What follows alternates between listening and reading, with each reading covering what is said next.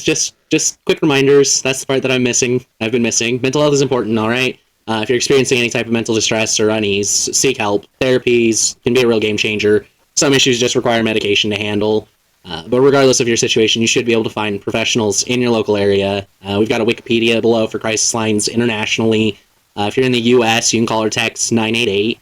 And then for Saga, Sexual and Gender Acceptance Community, you can contact the Trevor Project for discreet help if you're under the age of 25.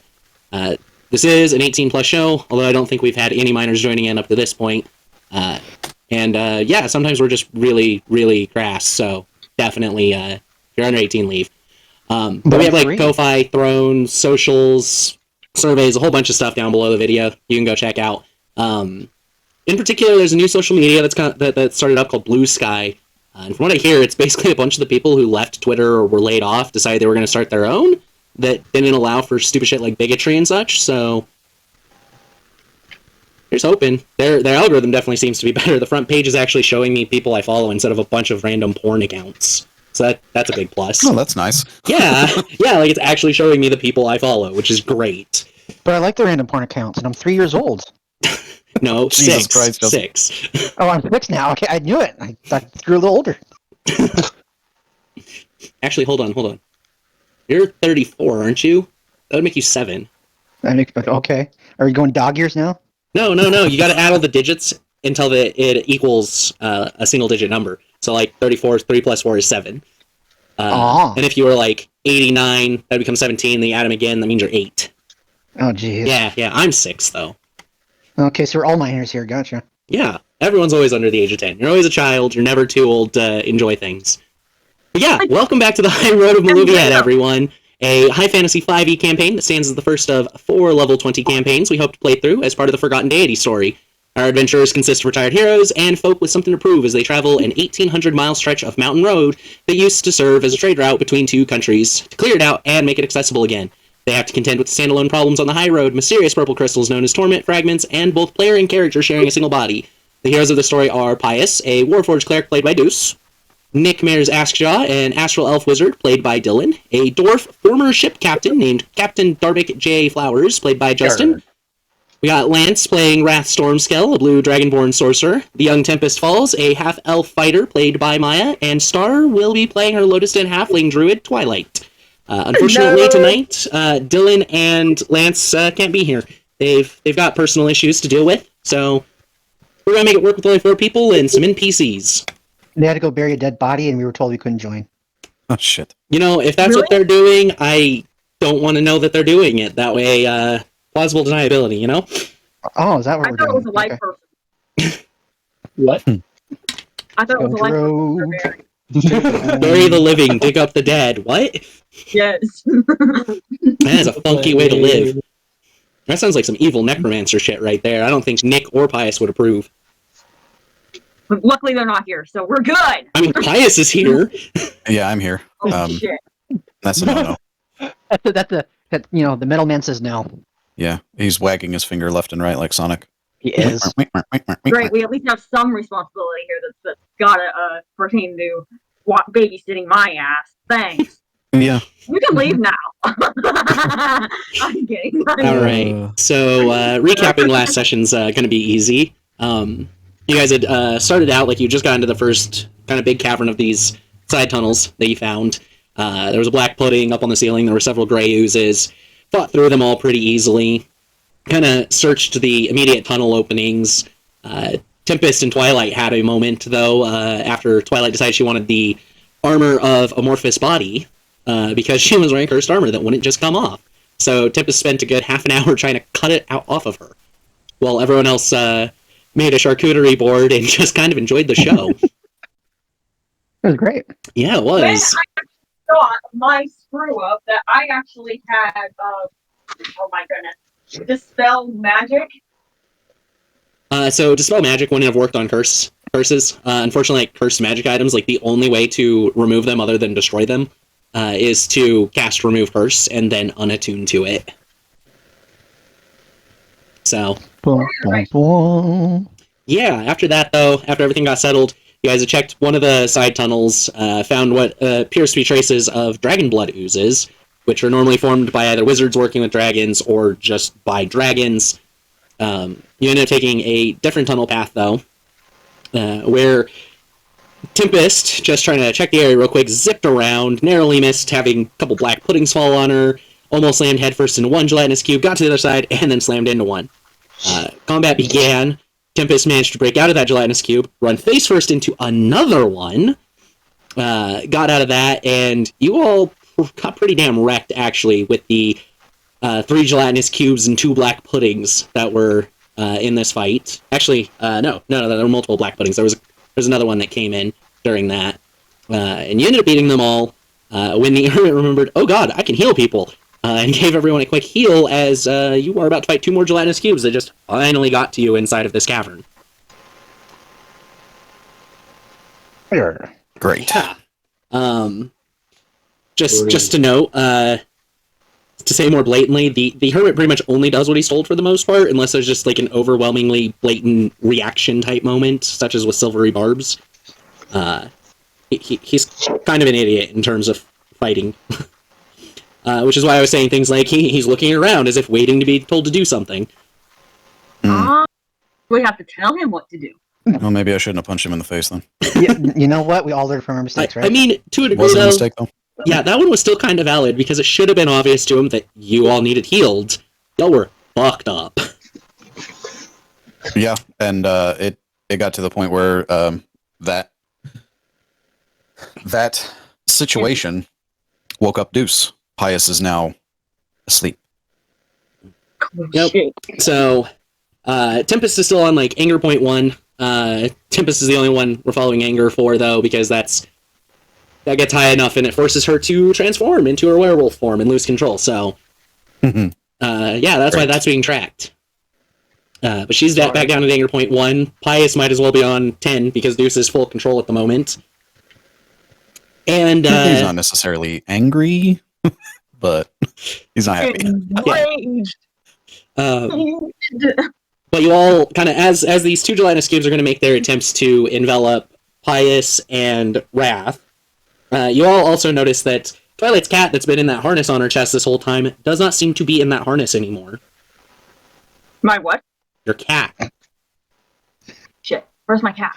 I don't know, your first thought might be that it got dissolved in the acid when you got absorbed by the gelatinous cube.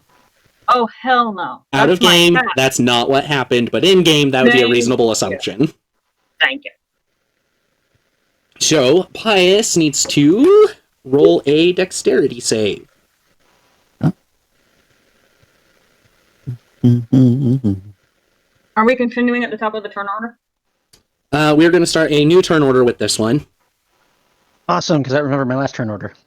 I remember mine. Mine was first. No, that's right. I don't remember shit. Uh-oh. Alright, Wrath and Pius both pass.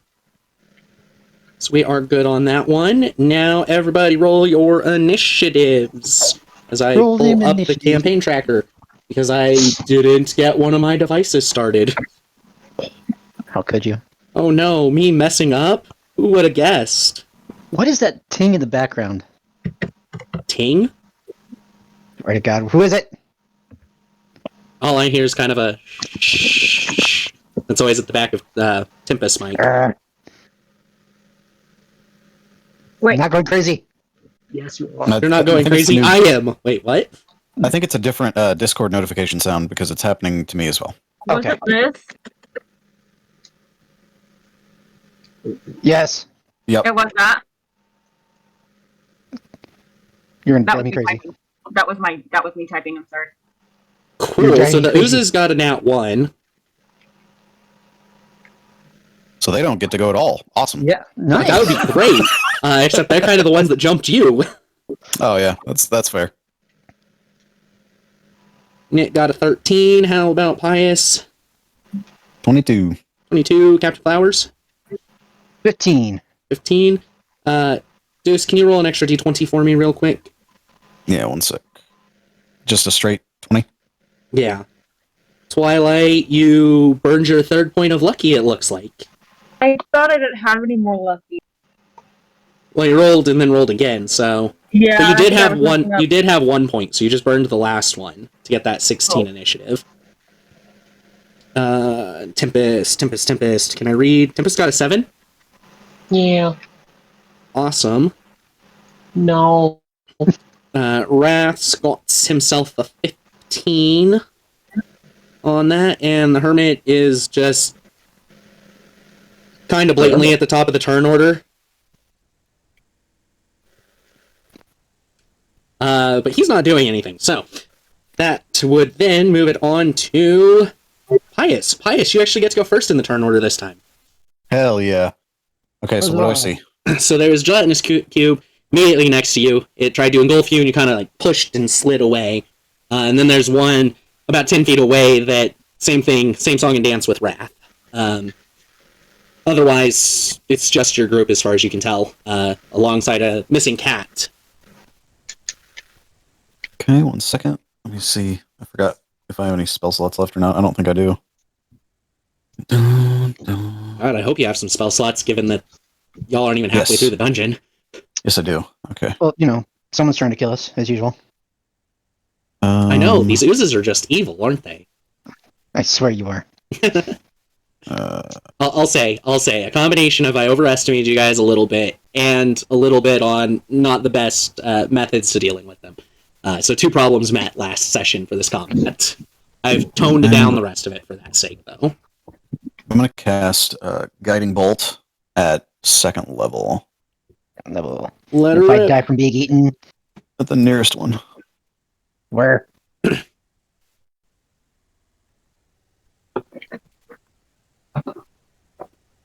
a hit. Okay, so 16. Oh, Honestly, I'd be really sad if you kept missing these things, given that they have a 6 AC. yeah. There you Holy go. shit. 26 damage, baby. Yeah. That is a good way to start the encounter.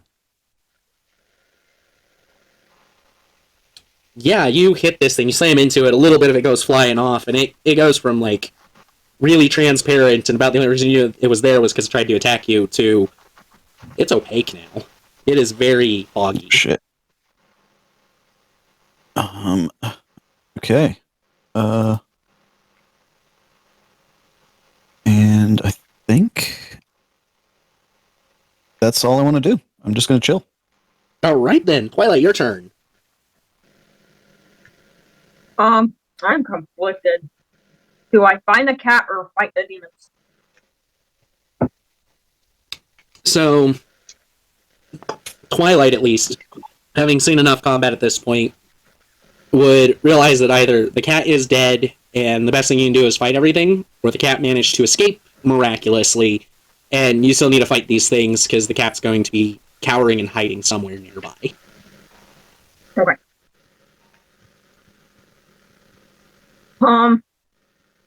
Well, she's kind of distraught a little bit, but Who isn't right now? okay, she lost her cat. Well, I lost the cat. See, I don't have my boomerang anymore.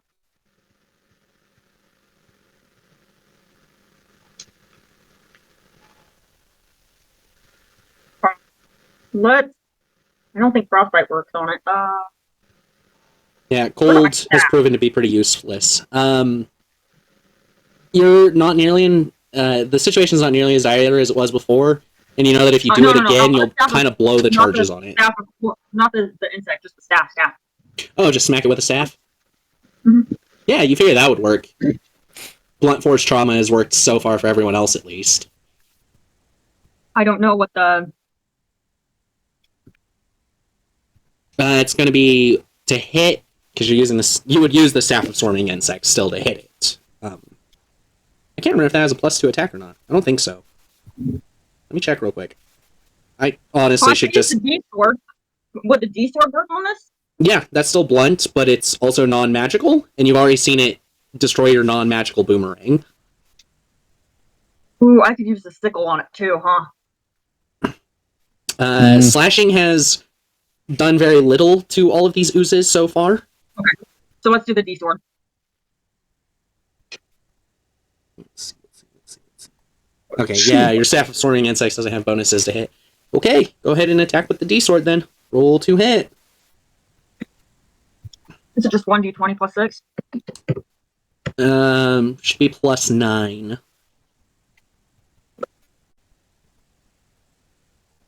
Sucked. 11 No. does hit, though. You guys have to nat 1 to miss, pretty much. Except Captain Flowers, who's using an improvised weapon and has kind of lost some of his to hit bonus. Yer. As a plus side, you're only about 6 rounds into the 1 minute on magic weapon. Alright. That was a statement for Captain Flowers. Yeah. Yeah, you hit, so go ahead and roll the 1d6 plus 6.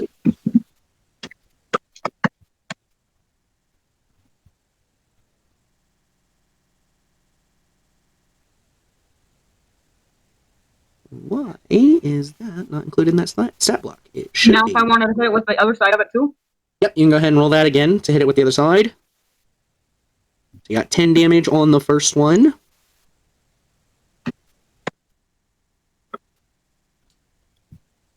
Alright, go ahead and roll that damage for the second.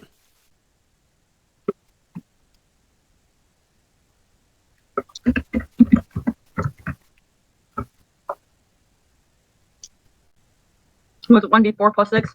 Yes. Hey, 10 and 10, so you dealt 20 damage total. But you can tell there's visible damage to your D-sword at the moment. It has a -2 penalty to it. So you actually only dealt 9 on that second hit, but you still smacked it a couple times really, really good. This first one that both you and Pius have hit is completely opaque now. And your D-sword's at a -2 as you're seeing it start to kind of melt away. That would make it Captain Flower's turn, though. Yer. Hit it. Hit their improvised weapon. Yer. Same one as the other two? Same as the other two. Alright, you've got it kind of in a triangle position now, so there's flanking. Yer. I get flanking? Hell yeah. Why am I in memes? I should not be in memes. Hold on. Shouldn't be in what? Hold on, I was in memes. Shut up. Oh, you were in memes. Yes. Why? I mean, this session is practically a meme. I mean, this whole dungeon. It's a bunch of dirty, nasty, oozing crap all over the place that smells terrible. Like, you're just fighting a bunch of living fecal matter, practically. I'd call that a meme. Especially when it's beating you. Like, damn, get some laxatives. Oh god. Wow. No. You. Never did that one. I was being- Really? What's that to hit, Captain? Because I'm doing an improvised weapon. I totally forgot what I was doing last time. That's plus It's 7, right? 1d20 plus strength. Yes. Yes. Should This take is off these advantage. shoes, because I am not wearing socks, and this is uncomfortable. Highest roll is 17 plus 7. So That is a hit. So you That got is a your hit. you got your 1d4 plus 8, thanks to it being a +1 magic weapon. For 12 max damage. Okay, this frickin' crowbar just loves you. You have rolled max damage on almost every single frickin' attack with it. It's crazy. Right. love it. It was a 4, a 4, a 3, and then a 4. Jesus. I'm gonna rename it the Slime Slayer. Bro, if Hell you yeah. if you roll a nat 20 on your next attack with it, I will make it a permanent magic item called the Slime Slayer. Okay. Yes, I gotta have that. Come on. All right then. It'd be Rat's turn, who probably doesn't want to be up close and personal with this thing. Actually, no, he's got plenty of shit to work with. Because he should also have Blade Song going still. Now I just have to get to the right part of his page, because I actually don't completely know all of his stuff.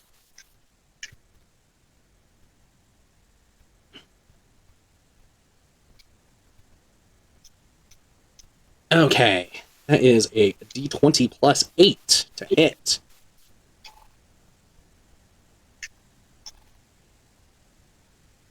I should actually look at what comes out of... Can someone re-roll that d20 plus 8 for me? While I Yes. double check what Blade Song does. Well, let's got it.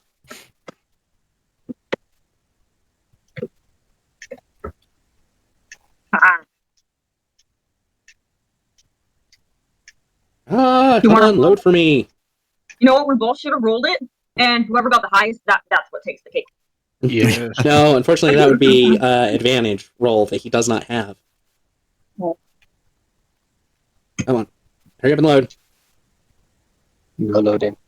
Bonus to AC, walking speed, advantage to dexterity acrobatics, gain bonus to constitution saves. Okay, yeah, none of that actually makes the attacks better. I'm a blade singer, but my bonus doesn't help my attacks. What?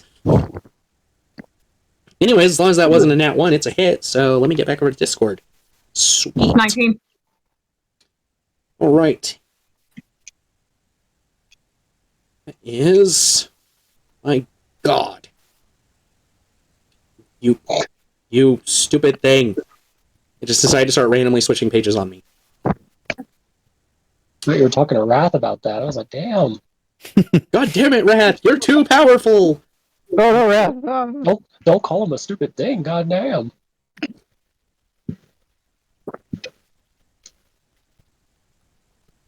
Alright, he got 10 damage. Took me long enough to get there, but I did it. Oh, good job, Wrath. We're so proud of you. Grr. Wrath knows what he's doing. Jessica does not. Yeah, so he smacks it and then proceeds to back away a little bit. Nah, he won't even do that. He'll just stay there. He knows what he's about. That'll make it Nick's turn. We'll go ahead and Eldritch Blast the disgusting one that Wrath is fighting. If my keyboard would work, that would be nice. Yes, I am. Hey, natural 3, that hits. Or 15 damage. Nice. Successful Eldritch Blast. And that one's starting to get a bit opaque now, too. After Nick is Tempest, finally. Yay, I'm gonna swing on that one.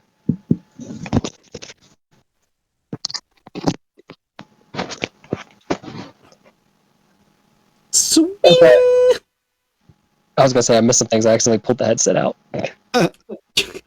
You missed some things. Oh no. It's your turn, and you're swinging on that thing. Yeah, let's make it happen. Yep, that's a hit. Ashley, which one did you go up to? Which one did you go up to? The one Nick that's dealt with. the one Nick and Wrath are fighting? Alright. Split the party in half, you have advantage. Roll again? Yes, Okay. you roll 2 more d20 because you have that elven accuracy. How easy it is to forget Tempest isn't half-elf. I'm a fuzzy elf. What do you want from me?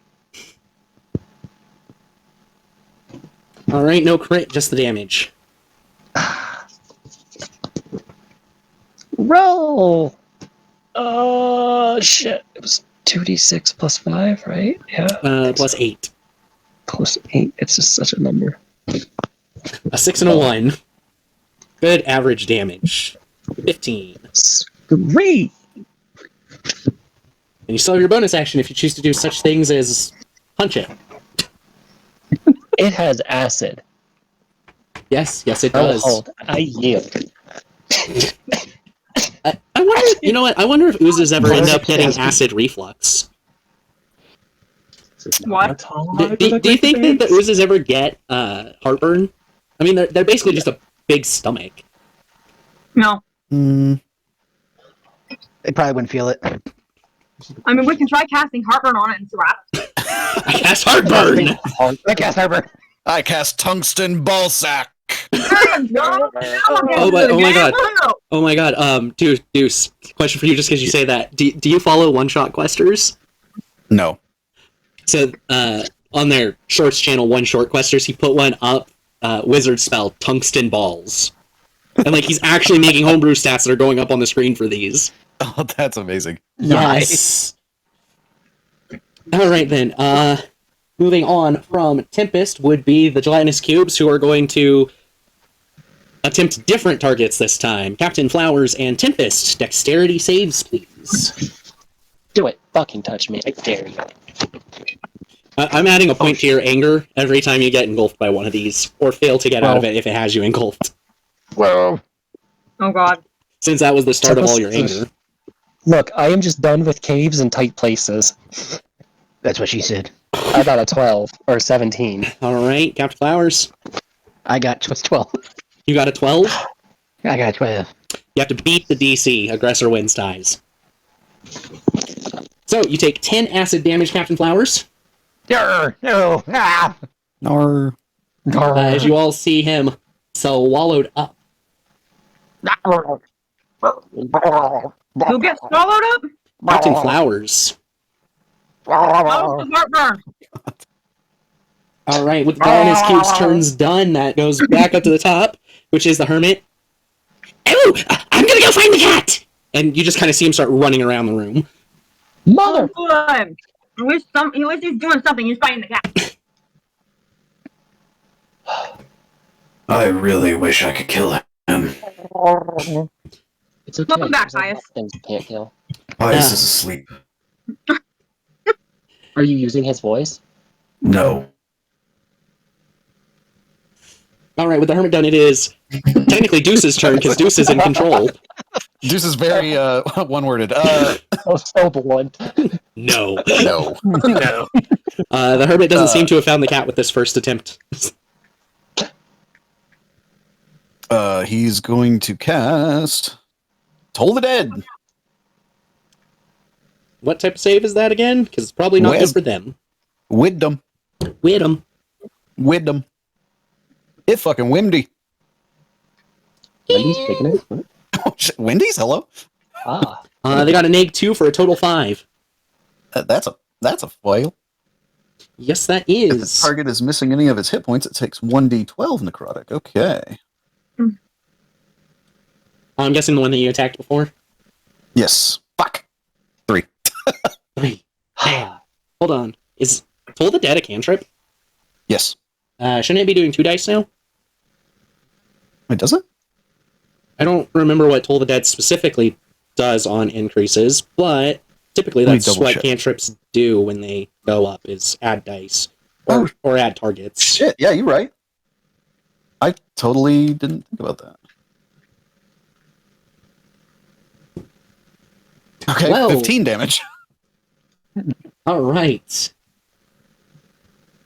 So, yeah, it goes off, the tolling of the bell, causing its body to reverberate very rapidly before just kind of and splashes as if a fat man landed the perfect cannonball. Hell yeah, I'd like to see that. Are they made out of acid? Who's got the right?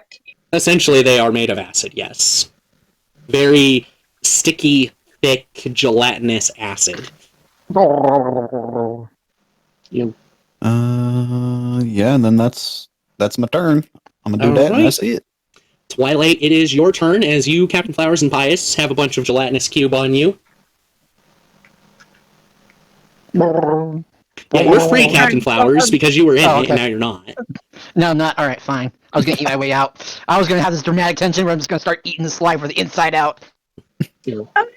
Yeah, so it's just the other one with Tempest and Wrath now. But since you didn't make that happen, it's fine. What about observe elements? That's the one that reduces elemental damage you take. You are currently not taking elemental damage. Okay.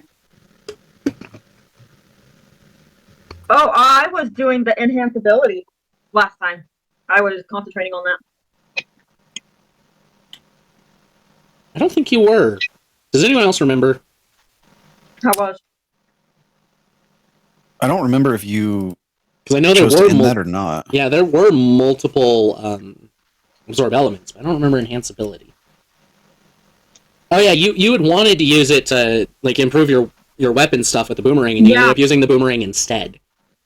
Because it wasn't going to improve the boomerang.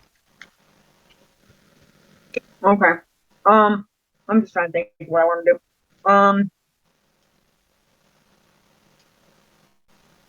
I'm gonna run up and just smack it.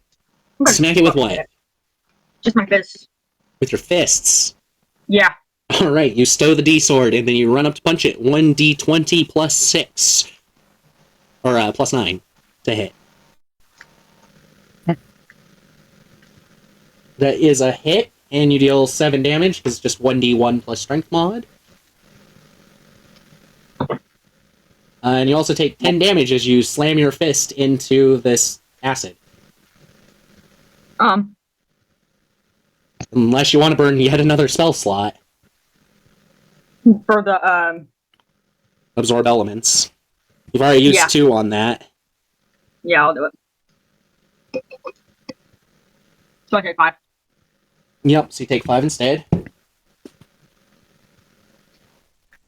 And then for my bonus action, I'm gonna start playing the harp. Just to kind of calm everybody's nerves. As a bonus action, you're gonna what? Play the harp. So just take your bonus action just to get it out, not even start playing it. But you can do that. Damn. Unfortunately, 6 seconds is not a lot of time to do things. Captain Flowers, though, you are up. There is a Twilight and a Tempest and a Wrath all around the other one. Is the one still in front of me? Do I have to kick it to that still? No, that was the one you were absorbed into, and it is splooshed. Perfect. I'm going to beat the shit out of the other one that's surrounded. All right. Let's see if you can roll that nat 20. Otherwise, the crowbar of slime slaying is forever gone. You do have advantage. No! Okay. No! All right, then. That's still a hit. So 1d4 plus 8.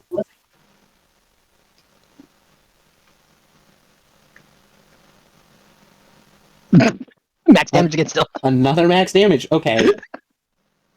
You know what? Bro. You rolled so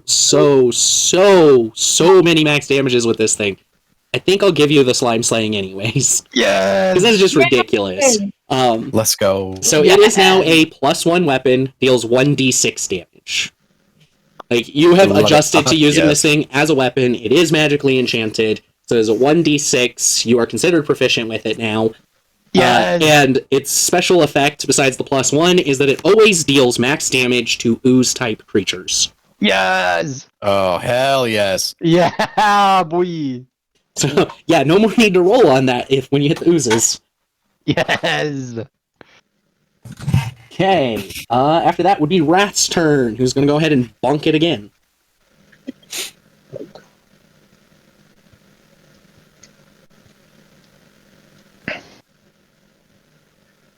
There's a hit.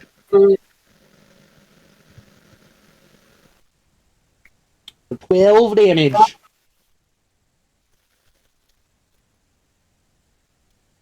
Alright, it's kind of having problems holding its cube shape at this point. And Nick is going to go ahead and toll the dead as well. See if they can make it explode. Maybe. 16 damage. Makes it explode. Fuck yes. Thus, ending the combat that you started last session. Yes. Until we turn the corner, then there's going to be more. Yeah, but that's a new combat at least. Ah. The fun part of dungeons, there's puzzles, there's traps, there's enemies. In this case, it's all in one. The oozes are everything. Which, I don't think I sent the pics earlier. I am going to send you some pictures. That way you have a better idea in your heads, hopefully, for what these things look like.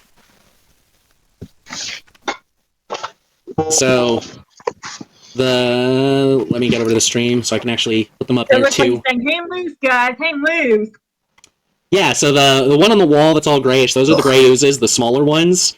You can imagine why, with dark vision, everything being black and white, why it was so hard to fucking see them. And then the black one with the hands reaching up and everything, that is a black pudding, forming its pseudopod, basically, to slap at people. And then the red one is, you guys actually haven't encountered one yet, but that is what the dragon blood oozes look like once you actually get to them. Gelatinous cubes are literally big giant cubes. It's pretty hard to not envision that. So. Cube. Yes. Cube. So it is open to the table to do as you so please. So am I attuned to my armor thingy? No, you are not attuned. That would take an hour-long break. Which we chose to skip just because it's not necessarily an important ability to have at the moment. What does it do again? Makes it turn into an ooze, right? In a way, you can move like an ooze. So if you found like a space that was only an inch or two big, like Okay. a peephole through something, you could squeeze through that. Okay. Yes, so the hermit is looking around the cavern, which at this point is fairly well lit overall. Between the light rocks, the rock that the hermit cast light on, and the lantern. So what do y'all do? The hermit is I'm gonna looking turn around into to a find the dog. cat. I'm gonna try to find. You're gonna turn into a dog to try finding the cat? Mm-hmm. You know how like dogs have like this excellent sense of smell. Alright. That's gonna be a perception check. With advantage. And the hermit cannot roll for shit. He's useless. Damn. I mean, he's How got dare you. such high bonuses, too. Oh, shit, his perception bonus. I didn't realize he was proficient in that. So He got a 22. So what would it be? Because my proficiency is 5, so would Perception. it be 2D? Yeah. Yeah. Advantage means That's you roll what the 2d20 and take the higher, Okay. and then you add I'm your sorry. perception bonus. I'm sorry, Jess.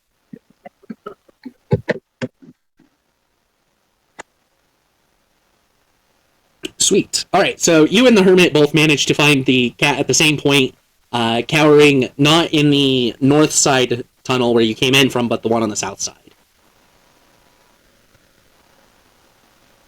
I put it back in my holster, and I make sure that it's kind of snug on it. Yeah. The cat looks very frazzled, like just a little bit of the acid managed to touch it and burn away some of its fur, and the thing looks homeless right now. Looks like a stray. But how about everyone else? What are you doing in this tunnel? Doesn't Pius know how to clean? No, that is Nick, who is currently in the middle of cleaning everybody. And Captain Flyer's still trying to lick it. Yeah, Captain Flowers is the first one he's cleaning. No! Uh, But it tastes like cotton candy.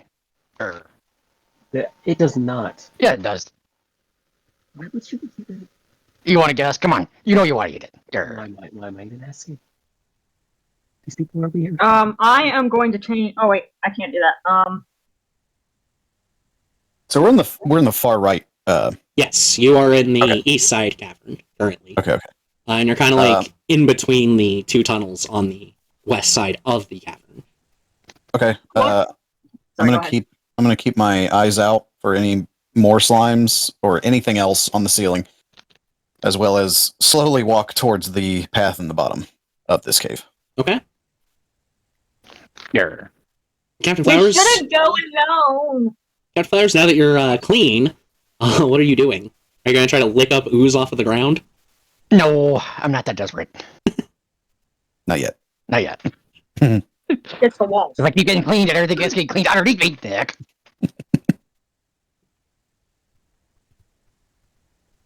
So what you doing? Oh. Is there anything shiny on the ground? Roll an investigation check. 8. 8. You find nothing shiny on the ground. Aw. You think you do, but then you realize it's just a puddle of ooze. Ooze goo. Is it a deep puddle of ooze goo or shallow? It's like 4 inches across. That's about it. Has Nick noticed it yet? No. Captain Flowers immediately goes down, looks like he's gonna do a push-up and starts slurping out the puddle. Oh. Okay. Now you get to roll a con save because you've eaten enough in a short enough period of time. And you know what? 24. 24? Alright, you only take half damage for 10. Arr. But it tastes so good. Spicy. Why is it spicy? It tastes so good. Why is it so spicy? I'm a dwarf. This is the stuff I'm good at eating, and it's still too spicy. Yeah. His face is starting to turn red. Oh, shit. Probably of smoke. Sliving. That's so good, guys. Yeah, so you've got heartburn for the next hour. Worth it. Tempest, is there anything you're doing in this room while Twilight, Pius, and the Hermit are basically heading over / at the southwest tunnel? Well, I was actually giving the cat to Raph, but go ahead. I'm gonna get as close as I'm gonna follow them. Get out of here. Captain Flowers has mortified me. All right. So So, Captain, you see everyone has pretty much gathered down there at that other tunnel. Nick has finished cleaning everyone up, including trying to clean up the cat as best as possible. Oh, I'll go join everybody. All right. So as you're heading through that tunnel, I don't really feel the need to start combat over a single ooze. You do find another gelatinous cube in the tunnel, but with all 6 of you kind of steadily keeping your eye out and such, you're able to spot it and just kind of beat it down really, really quick. Before getting back into that first chamber there in the center where you started. You still have the 2 tunnels on the west side there. One will go up to that other cavern where there were a bunch of different ooze creatures, including some dragon blood oozes, and then there's the smaller tunnel there. I go to the dragon blood ooze. You're just gonna go straight for where you know enemies are?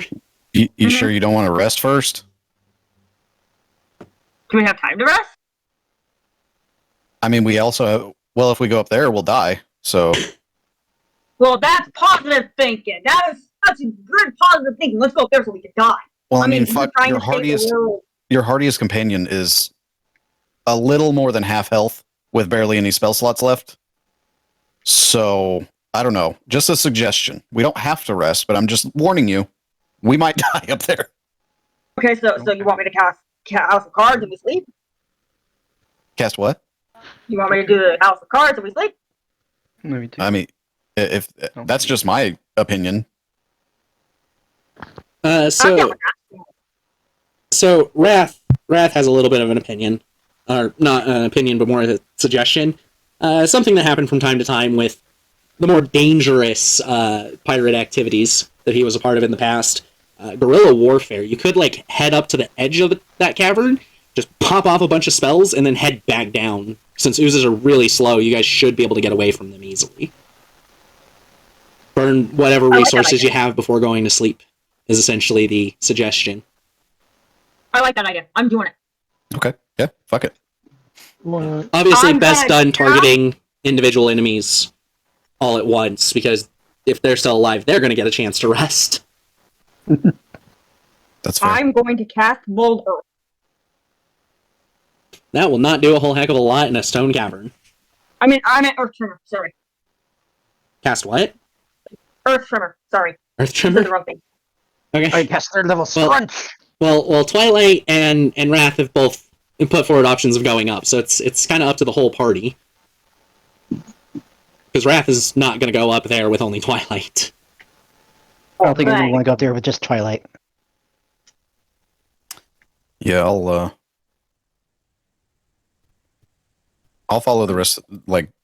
I'll follow everybody up there if they Yeah. all go. Yeah, that's fair. It's Not dangerous. leaving We can't anybody let behind. Yeah. Yeah, we can't let Raph go. It's dangerous. What'd you say? Can't let Wrath go alone, it's dangerous. It wasn't rough going alone. It was me. That's Exactly. Danger. Yep. But you guys don't care, so what's the point?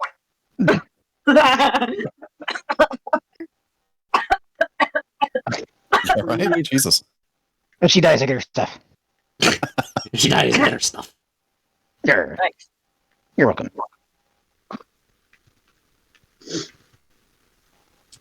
On the track again. So we going? We staying? What we doing? Sounds like everyone's willing to head up there. All I'm right, going. I'm gonna fly. You're not going to be that far off the ground. Maybe about 4 or 5 feet. These are tunnels. You are inside of a mountain currently. I was saying I was gonna fly ahead, but all right. She believed she could fly. Yeah, so you get up there to the edge, and as you're kind of looking around, you do notice little blobs of ooze kind of all over the place. You can spot a black pudding in the center of the room, as well as multiple gray oozes kind of slinking their way across the ceiling. But you only see, at least with this initial quick look, 3 gray oozes plus that black pudding. I'm doing a Earth Tremor. On?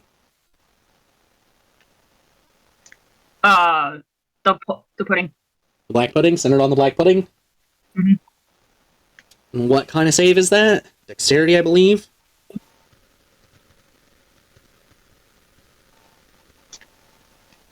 I think so. I want to say it's like a strength save. Well, regardless, they got a natural 11, so they fail to save It's regardless of dexterity. which stat it is. No, you're right. It is a dex save. I'm sorry. Okay. I thought for some reason I thought it was a strength. The black Makes pudding sense. has failed it, so roll the damage. Roll the damage though. It's 1d6. Do I need to roll the 1d20? No. No, I already did that. No, they did, because it was a save.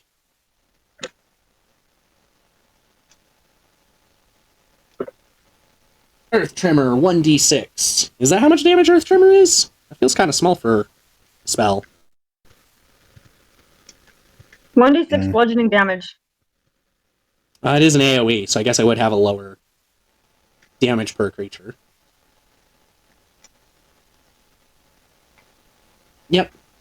So it took the 6 damage, and you notice that some of the chunks of ceiling, it kind of causes a little bit of a chain reaction through it. The ceiling collapses just slightly, with chunks falling down, causing a couple of the gray oozes to fall to the ground as well. And Twilight has just initiated this whole thing without anyone being prepared to do this. Yeah. So, yeah, we will just... Your group turn, enemy turn, group turn, enemy turn. Because they probably are all going to go last anyways, with their neg 2 and neg 3 decks. What do you mean, like, group turn and their turn? Like, Everyone in the party take their turn, and then every enemy take their turn. oh, okay. So yeah, I'll- Twilight's gone off. I'll go next if nobody cares. Go ahead. Eldritch Blast! Alright, let's hit that black pudding.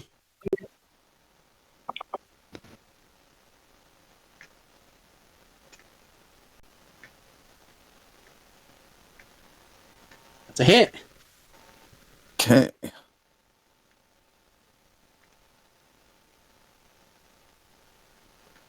And damage? 10. I kind of want to just wait in the entrance to this thing here, so they come to us instead of getting surrounded. So I'm just gonna chill. Fair. Alright. Nick is going to go ahead and just pop off with Fireball. That works. Wizard doing wizard things. Love it. Mm-hmm. No, every single one of them literally cannot roll a high enough. Even with a nat 20, they're under Nick's DC. Jesus Christ. They're not dexterous. No.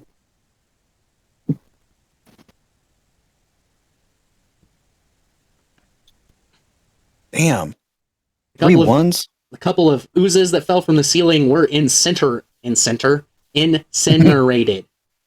Come on, you stupid Google.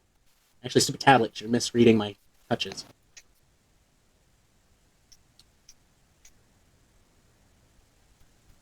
Yeah, 2 oozes got burned away, and the black pudding has lost a considerable amount of mass. Actually, it's immune to fire. What am I talking about? The oozes not so much. The little ones, but the big one didn't take nothing out of that. So, there's Nick. We got Capped Flowers and Tempest still. Oh, shit. Grab the initiative. Are we supposed to roll another initiative? No. Group turn, enemy turn. Oh, group turn. Oh. Okay. How far away is the closest one? About 60 feet. Ah, fuck you. Can I do anything? Can I even do anything? Yes, I cast Creep Bonfire, the nearest slime. That would be a black pudding that you know is immune to fire. Doesn't matter. I'm gonna see it inside its burn. Okay, All right. you hit that bonfire. I mean, it makes light. It helps illuminate the room. Grr. Blinded. Bonfire was never actually a bad idea. It was just not dealing damage. Yeah, with the bonfire, though, you notice that a couple more oozes on the ceiling a little bit further away, as well as another black pudding and one of these dragon blood oozes that were just outside of your sight range prior to the light. This is getting worse. Tempest, you still have actions you can take. I want to go position myself next to Pius. Pius is next to the entrance where everyone else is. Oh, that's perfect. I'm going to stay right here and just wait to see how this plays out because I'm tired of being eaten when I move. You're not going to try to shoot it or anything. You're just going to stand there. I keep forgetting I can shoot it. Yeah. Yeah, I'm going to shoot. And you are marking off your used ammunition, right? I am now. I already knew that you weren't because I was doing it. Son of a bitch. Yeah, remember, it's the rifle ammo clip is the one with your current clip of ammunition. Okay.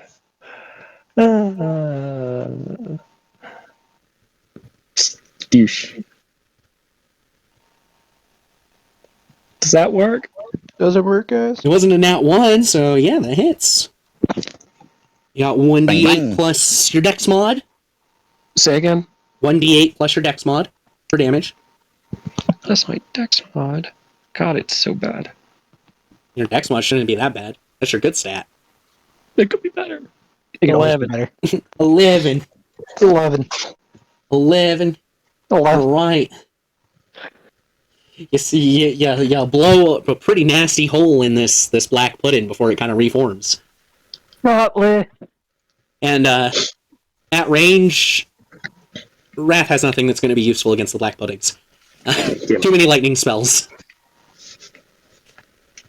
So, that would make it the oozes' turns, as the rest of the gray oozes kind of plop down to the ground and then move about 20 feet closer. The black puddings and the dragon blood ooze make a bit more distance, though. So the black pudding that you've been smacking is about 20 feet away from the group, and the other black pudding and dragon blood ooze are 40 feet away from, or 50 feet away from the group. Whereas the gray oozes are right behind that at, like, 55 feet. Back to the turn. Back to the group. Yeah. This is back at the top turn order, or Yeah, Back to the it's the group's turn. You can go next if you want, Twilight. Think of this You as an want to opportunity to literally take turns at the same time. Concepts of like combo moves or whatever, if you have any ideas there. Oh my gosh, we can all just bombard all of these all at the same time. Yep. Why not? I mean, that's basically the point of what's going on and why you're up here in the first place, is to try beating down one at a time as fast as you can. I meant like we all do one thing all at the same time. So That like is- I would do Earth Trimmer and Pies would do something else, and we all do it all at the same time. That's what's happening right now. that's literally what we're doing. Yes, Okay. that is literally what's happening right now. Then I'm doing Earth Trimmer. Okay.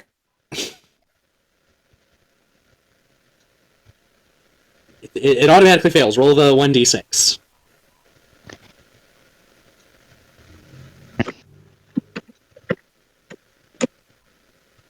I can roll it. Right? Yeah, that was the correct roll. It doesn't do a whole heck of a lot, but you notice larger chunks of the ceiling fall down this time, including several right above your heads, narrowly missing all of you. You've done it twice, and you're just... It should be pretty obvious that you might create a cave-in that's going to trap all of you if you keep trying to cause one. I'm gonna slowly back away from the Yep. entrance. Slowly back up into the tunnel. Yep. Just like a few feet. Yep. Just a little I'll bit. back up with them. No, Catherine Frost. Please wait a little bit. Ray of Frost in her feet. No. No, you stay there. Live with your creation. What's everyone else doing? I'm gonna. I'm just gonna shoot the nearest thing to us Black with Pudding Eldritch again? Blast. Yep. Just gonna keep doing it. Yeah, fuck that thing up. Look it up. 12 and a 26. That's a hit. That's better. 19 damage. Yeah. 19! Things looking pretty small now. About half the size it started at.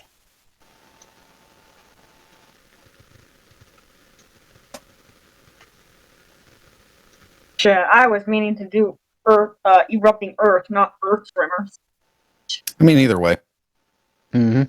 You figure that either that's it, way, it's going to cause the same type of issue, and Earth or erupting Earth might actually be worse as far as cave-in. Ooh. Yeah, we don't want that. I can fly. I can fly from a distance. You all see a ball of radiant light shoot out from behind you as Nick blasts it with an astral void. Oh, shit. Wow. That was Clearly a cool. heightened one at that. Hell yeah. Yeah. Wait, Wrath has this too. Oh, I forgot that. Wow. double dip. Double dip. Double. So yeah, one flies off and then the second does too, and both dealt the same total damage. That black pudding just suddenly burst as it got hit and then hit again. Captain Flowers and Tempest, though, you still have actions to take. They got closer, right? Yes, they did. How much closer? The black pudding was that got destroyed was 40 feet away. So the next closest would be at 50 feet right now. Ray of Frost, whatever. Are you aiming for one of the gray oozes, the dragon blood, or the big black one? Big black one. You hit. It does nothing. Fine, whatever. Tempest? If I run out there and we get eaten, I know it.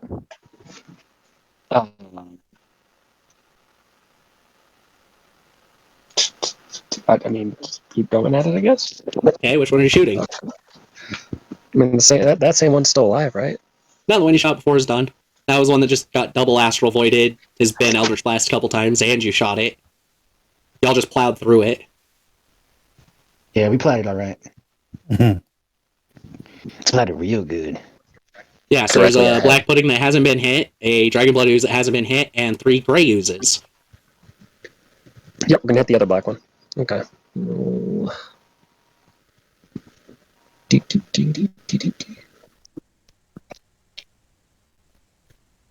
21. That's a hit.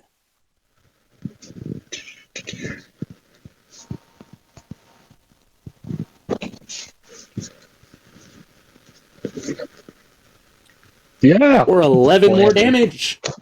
Well, 11 damage, because this was the first hit on this one. Focus them. Kill it before it moves. Kill it. Good. With that, it is their turn, and the black pudding and the dragon blood ooze are now about 10 feet away from all of you, and the gray oozes are about 15. Next turn, they will reach you.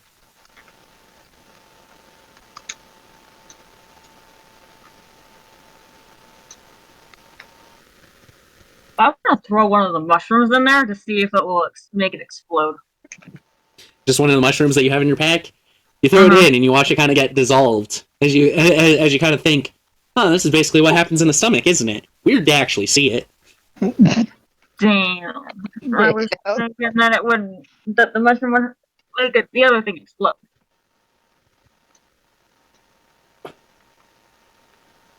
So I guess that's my turn? Yeah, pretty much. Alright. Everybody else? If they're going to be upon us next turn, I'm going to ready my action.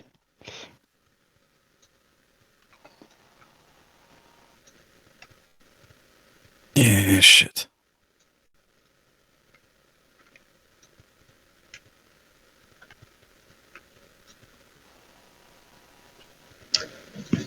No?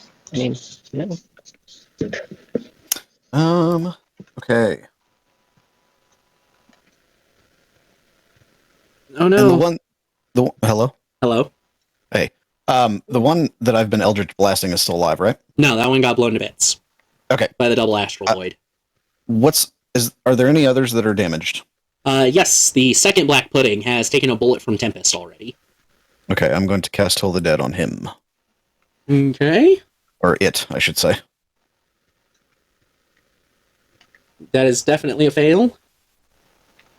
Yep. Okay. Tempest, are you shooting that black pudding again? Yeah. No, not 1d20. Jesus. Wow. Wait, no. 1d20. Yeah. Damn, Horse that's 3 hockey. damage. That's bullshit. Aww.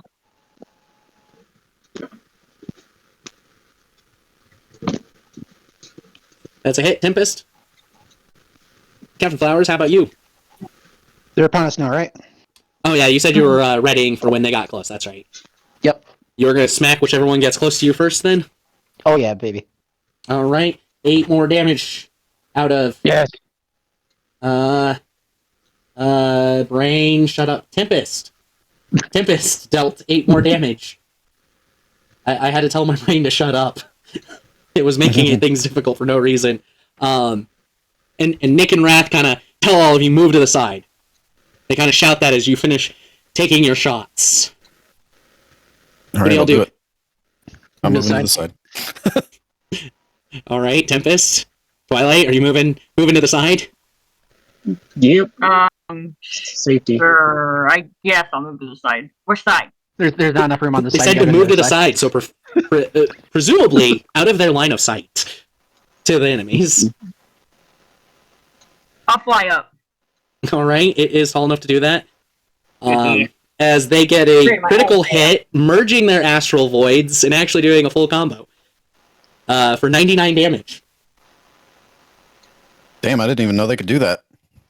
I mean, you guys have seen the merging of spells and using magic together more than once already. Well, fucking A. I don't know how to do a combo. Yeah. Generally speaking, it's the help action. Like, I use the help action because on Nick's turn, I'm casting this spell alongside his and trying to blend the magic or whatever sort of thing. The often forgotten That's help what I was action. kind of referring to is that we all kind of do something like that. We all and then we all just. That's what I was kind of thinking. Yes, and since they scored a critical hit with that one, yeah, that dealt a shit ton of damage. So, that black pudding just is gone suddenly. Just smoke rising from the ground where it was. Fucking hell. Bloop. With that, the oozes move up, and a gray ooze is the one that gets next to you first, Captain Flowers. Hit it again. I hit it real good. So was that for Nick and Wrath at the same time? Yes. Basically, they put their hands side by side and channeled the magic in together, and fired Nice. one giant astral void. Oh, that's so pretty. That's what we all need to do. And that is 20. That is a hit, so you automatically deal the max damage of 13, because it's an ooze.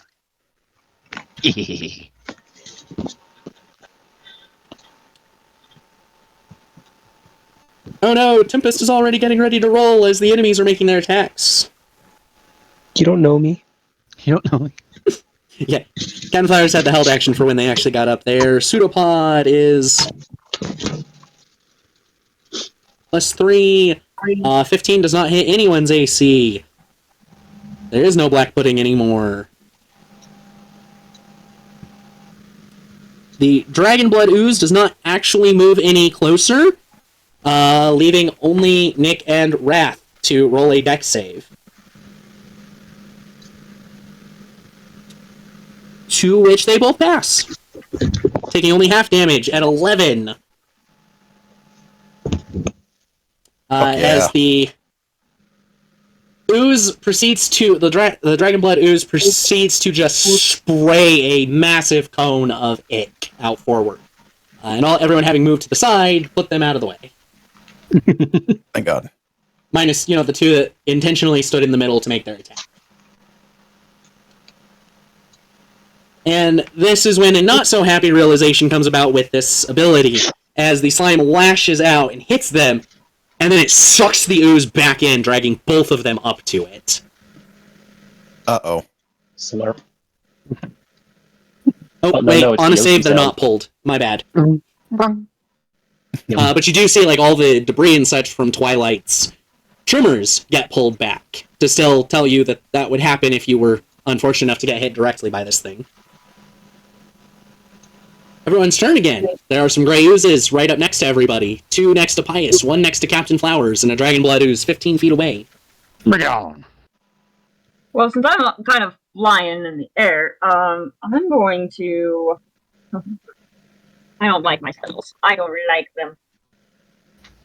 Spells have been fairly useless in here. Except They Astral haven't. Void and Eldritch Blast. And Toll the Dead, actually. Your cantrips have been good.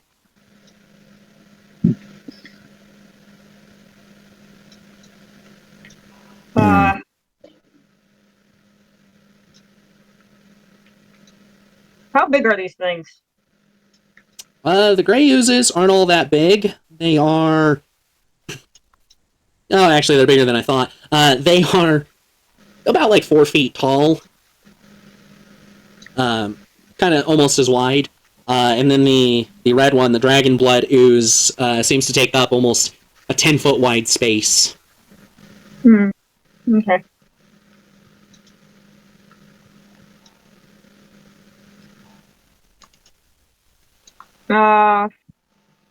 Don't know why. Everything just seems like nothing is working. Frostbite doesn't work. I'm gonna just go with what was it? It was a weapon. What weapon? I think it was something flame. Or where's my car is acting up. Something flame? Uh, I think you have any flame-based Crossbow. weapons. crossbow. Bolt. The crossbows. You're gonna shoot the crossbow to shoot a bolt at them? Yeah, cross bolt. BOLT. The crossbow bolt is ammunition. It's something you put in a crossbow to be shot. Okay, yeah. Crossbow bolt is a bullet for crossbows. Okay, may I do that? Yes, you can shoot that. It's gonna be 1d20 plus 9. Pius, you got any ideas cooked up?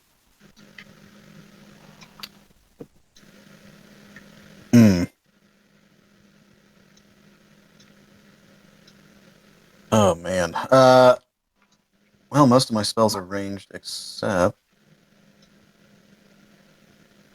Is it just 1d20? 1d6? Yes, 1d6 plus your dex mod of 6. Captain Flares, Tempest, anything you're doing? Well, Pius is still thinking. I'm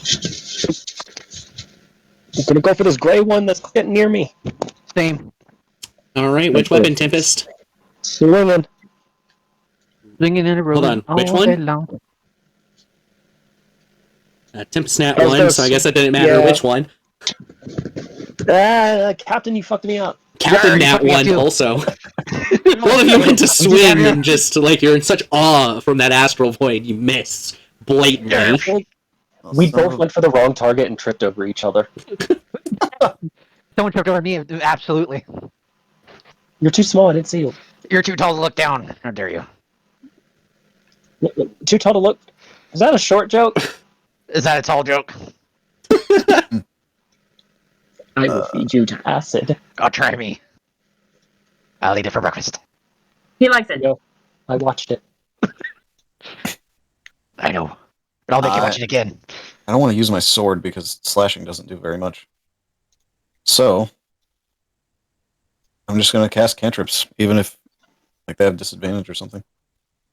Well, yeah. Which cantrip? Sacred Flame. Sacred Flame. And which target? Grey Ooze or Dragon Blood? The Grey Oozes are the ones next to you. The Greys. That is a fail on their part.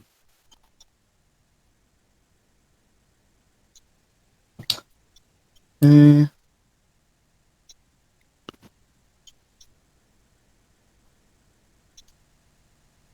$11 damage. 11 damage. That's it.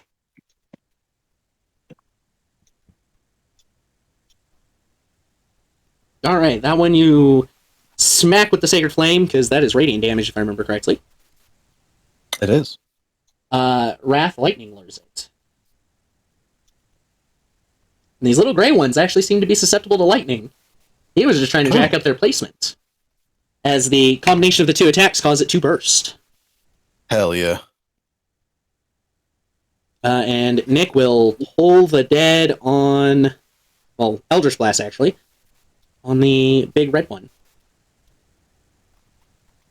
Nick, it's a good thing you have big bonuses, huh? Does he have? Do they have a plus 10 though?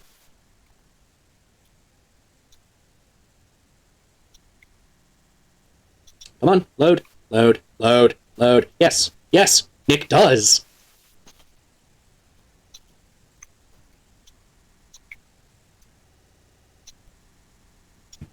Or 7 damage on it.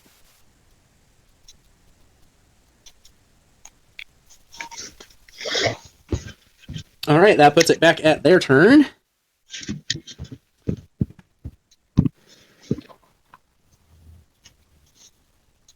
And it's going to roll a recharge for Slime Breath. No, it does not get that back.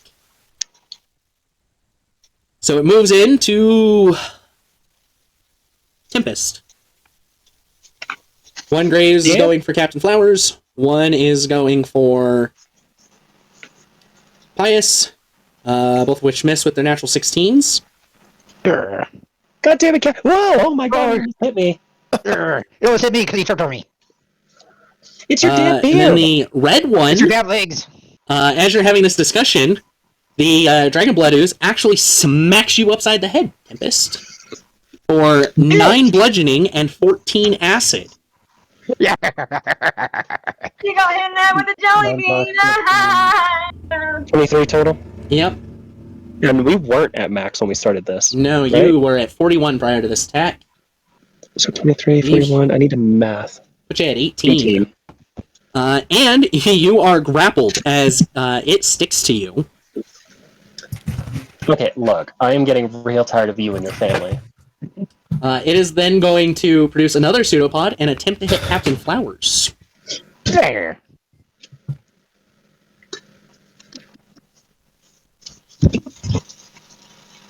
Uh, 15 does not hit Captain Flowers, though. Yeah, it is. Back to party turn. Tempest, you take another 7 damage at the start of your turn from this acid as it's burning your skin. I'm going to murder everything alive in this cave if we do not leave. Anger points 3. Everything. Anger points 3, and for those of you that are kind of right there, which would be essentially Pious and Captain Flowers, you see your eyes go from the natural silver they tend to be to a yellow as the pupils form into wolf pupils, and fangs growing in her mouth again. Yeah. Wait, is she from me?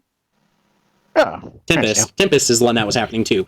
Twilight, you wouldn't notice where you are, neither would Wrath or Nick.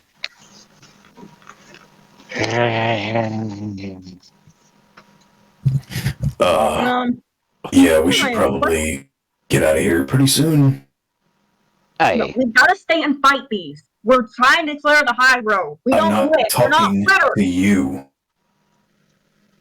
Wrath seconds the motion, saying, "Yeah, we did a pretty good job with the hit part. Now let's run." Doesn't get the fuck out. Read. What am I concentrating on? Like, You're not concentrating on any spells currently. I have to be attuned. Where do I find my attunements? Go to inventory, and then at the top of the list, right below your, at the bottom of the equipped section that's at the top, you'll see attuned items. Bottom of the list. Okay. Yeah, at the bottom of the equipped stuff at the top. Not at the bottom of your entire inventory.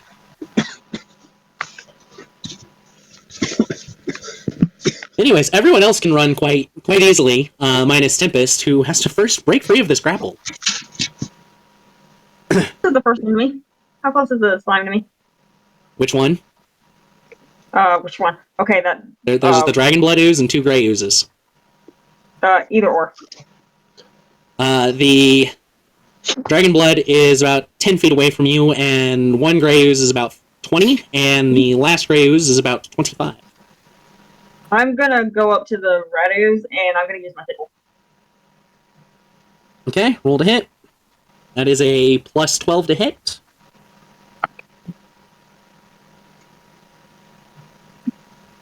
Tempest, you have to roll an acrobatics or an athletics to break out of the grapple.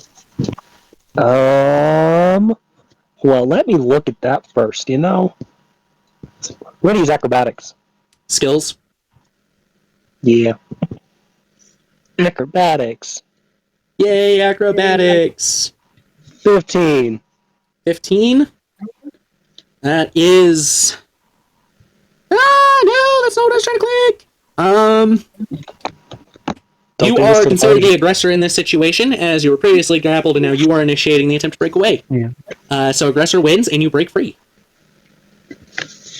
Twilight, your damage with the sickle is 1d4 plus 9. That's what I was trying to find. It's 1d4 plus 9. I'm guessing Pius, you, Wrath, Nick are definitely running away, full speed. Cat Flowers? We'll beat ahead, yarr. Yarr! Alright, they get a couple of lazy attempts. The Graves both get an attempt, and both miss at Cat Flowers and Pius. Tempest, you broke free, and you are attempting to run away as well. Yes. I'm running as fast Opportunity as I can. attack on you for 24. So successfully hits you, knocks you unconscious, and grapples you. Sweet.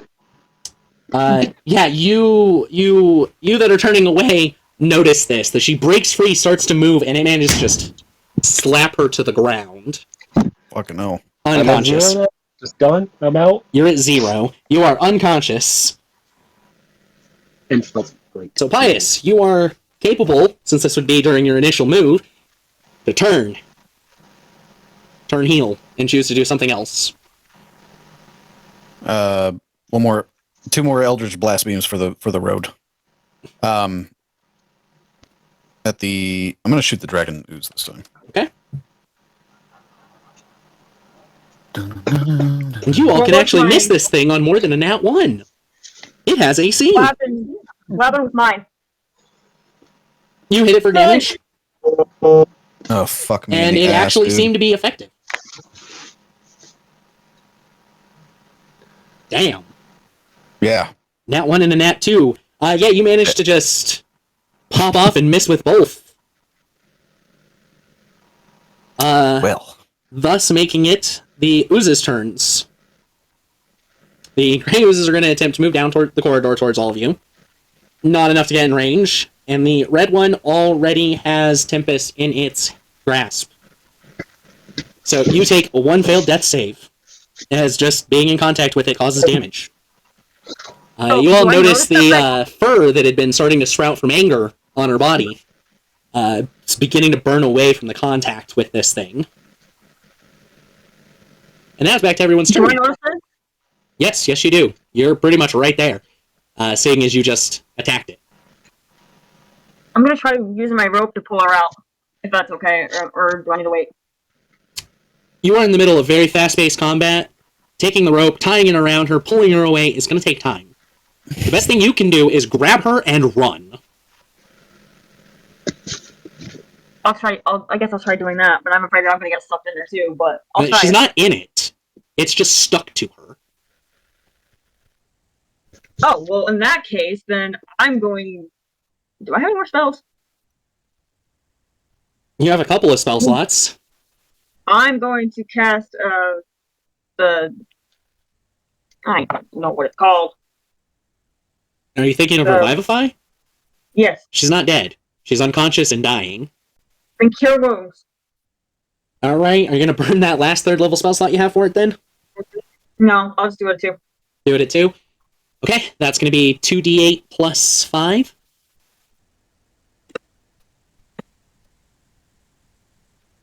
$2d8. Shields for 10. Tempest, you are back at 10. Woo! You are conscious again. What just happened? Oh, my head. What just happened? There's an ooze near me.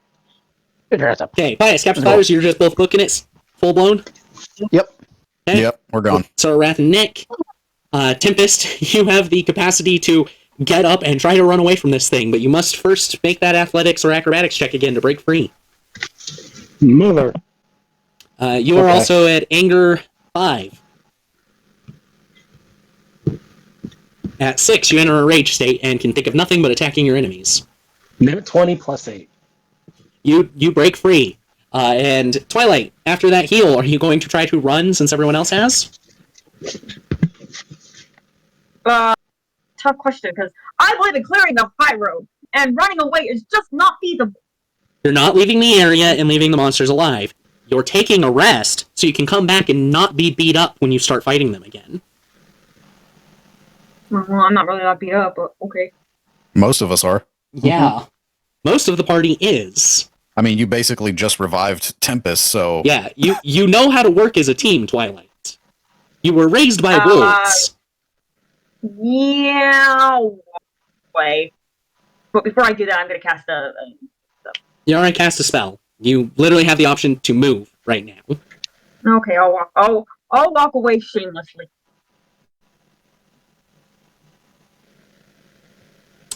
This time it smacks you with its opportunity attack. I'm gonna use my shield. You know, the face shield. That just raises your AC. It still hits you. Because the shield was already factored into your AC. What does it hit me with? Hits you with a pseudopod to deal 9 bludgeoning and 14 acid for 23 damage. Minus the 5, so that would be...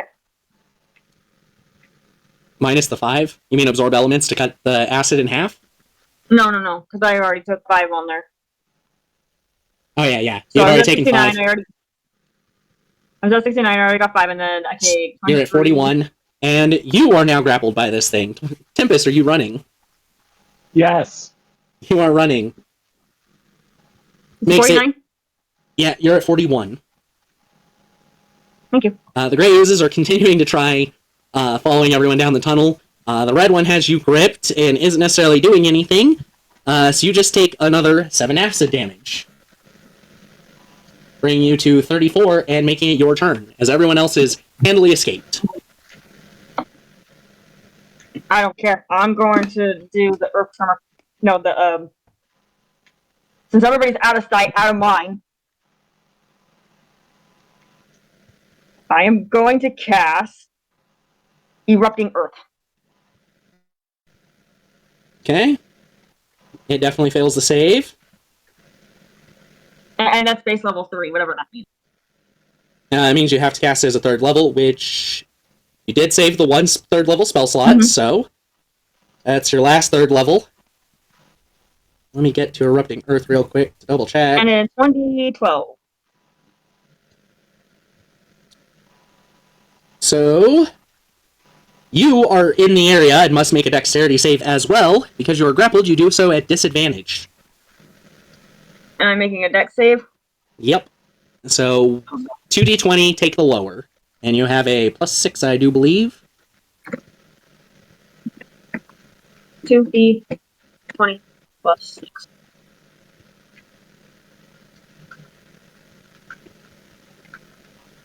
So it's a 6? What'd you get? I think it's a 6. 22. Yep, 6. So you got a total 12. You fail your own save. So roll 3d12 damage. 3d12. No, I gotta do the roll, huh? Yep, roll 3d12. Okay. And the big damage. Of course, I would roll the big damage on myself. Yeah. You have a whopping 7 hit points currently. And seeing as you're near the entrance of the tunnel, or the cavern here, to the tunnel, you collapse it. The entire thing kind of crumbles, rocks falling, completely blocking the path out. The oozes are in the tunnel, on the other side of the cave-in. They are slow and stupid, and now they're trying to, figure out where a hole big enough for them to get through is, because they can't get through any little old hole. Whereas the red one still has you in its grasps, and deals 7 acid damage to your 7 health. Can I do the Burn your last first level spell slot for Absorb Elements? Yeah. Yes, you take 3, putting you at 4 and making it your turn again.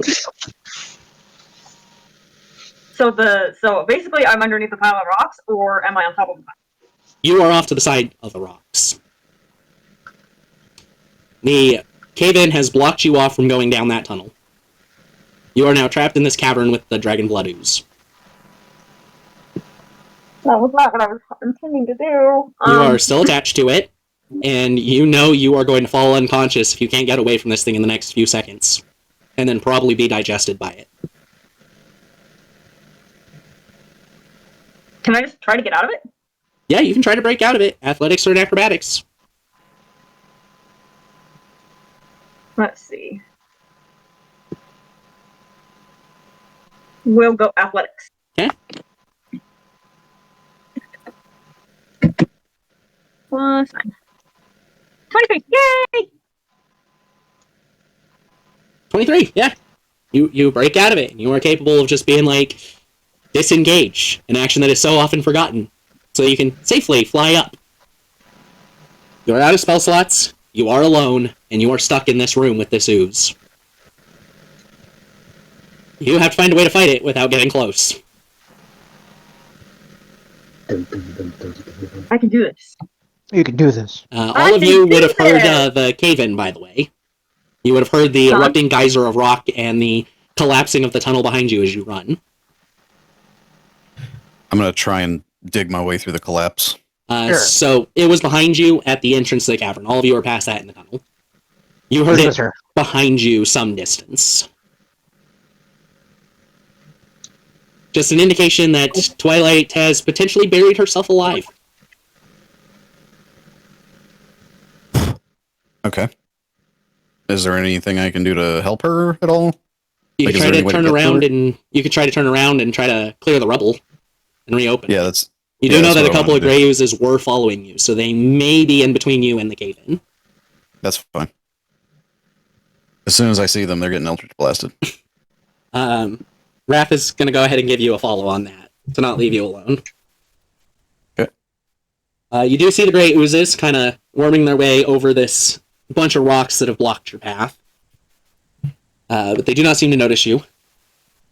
Perfect. One is considerably damaged, and the other is unharmed currently. I'm going to go for the one that's looking damaged. Okay. It's a 14 and a 20. And both of those hit. You got 2d10 damage. 12.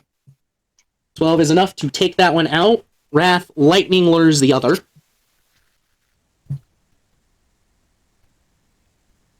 It is still alive. It is now aware of you, but it is upside down from where it started, which doesn't matter much for an ooze, as it confusedly tries to slap Wrath.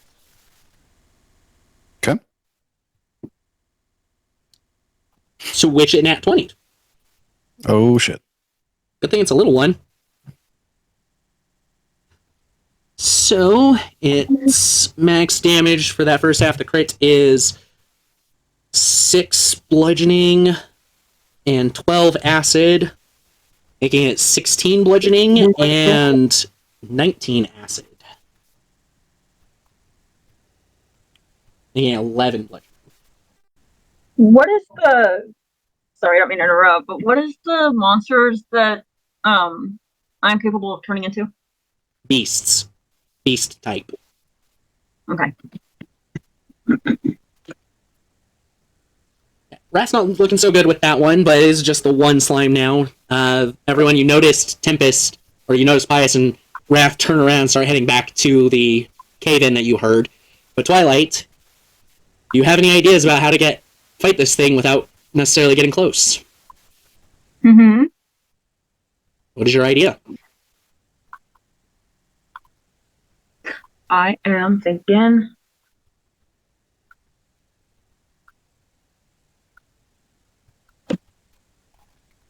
I'm wondering what my my Wand of War Mage +1 is. It just increases your spell attack and spell save DC. That's part of why these things keep failing. All their saves. And why you keep hitting them so easily with your spells. I'm going to cast flowers on it. And I'm hoping that, like a bouquet of flowers will just make it explode. So you're using your staff of flowers to sprout a flower? Yeah, but like I want to use like It only does one at a time. Oh. And let's see. Yeah, this one's highly acidic too, so you just see it kind of quickly get eaten away as you do so. Putting things in this thing does not seem to help. These things are made of acid. They will burn away things. You have to attack them. I'll just... Sorry, I kind of already used that. Yeah. But, back over to the other side, Tempest, Captain Flowers, are either of you turning around, noticing Pius and Wrath turn around? Guys, I'm not feeling the best. I don't think I should go back in there. She got herself stuck, didn't she? It seems so. Fuck. Wrath gets to heal 12, though, as Nick kind of goes, oh shit, Pius, I'm not leaving you alone. And throws a healing word at Wrath. Bring him up to 23. Campfires will help. There's still one more of these little gray oozes. Captain Flowers, you're casting a healing spell? No, I'm helping clear rubble. There's still an ooze that's kind of a part of the issue here. Oh, smack the ooze. Smack the ooze, roll to hit. Yes. I shall smack the ooze. You have a lovely plus 11 with this. 7 strength, plus 1 weapon, and plus 3 proficiency. So 21. 21 automatically hits for max damage of 13. You finish splatting it. And now you have no enemies to deal with as you try to clear the rubble. Hey, I'll just do a good crowbar. Yeah. All right, we clearing that rubble. Alright, there's only enough space across to basically tightly fit 3 people, which won't help, so only 2 people can clear rubble at a time. I got the strong. You got the strong. Who's the second one? Who is helping Pius try to clear this rubble? I got strunk. Alright. Got strunk, yeah. Both of you go ahead and roll dexterity. Just trying to keep it from also falling in on you. Twilight, what are you doing now? I'm gonna scream at it. You're just gonna scream at it? Yeah. 22. 22, and Pius got a 16. Actually, I'm gonna actually say like mean things to it. I'm like, you're so ugly and you're a piece of shit, blah blah blah. See if the words hurt. With its intelligence too, it doesn't really care what you think. This is a working asshole. It does seem to respond to you when you speak, though. It turns towards you. It just doesn't seem to care. With the 21 and not 21. What'd you get, Captain Flowers? 22. 22 and 16. You do manage to clear a large amount of the rubble, as it's kind of you're working more from the top of it for however much rubble may have fallen above it and sliding in, and you get it down enough that you can see through about a 3-inch gap at the top of the pile. Well, Pius can because he's tall. Captain Flowers, you can't. And you do see that Twilight is currently in the air as you're hearing her just trying to insult an ooze. I think she's fine still. She does not look so good, Pius. So I'm not worried. I got spare the dying. She'll be right. She'll be all right. All right. So 2 of you are going to keep trying to remove the rubble. Yep. Okay. Yep. Dex checks again. And Twilight, what are you doing? You have not noticed them. You have not noticed them trying to clear it. So it does kind of notice it, right? Can it talk? No, it cannot. I'm gonna cast frozen thing on it. The frostbite. Frostbite?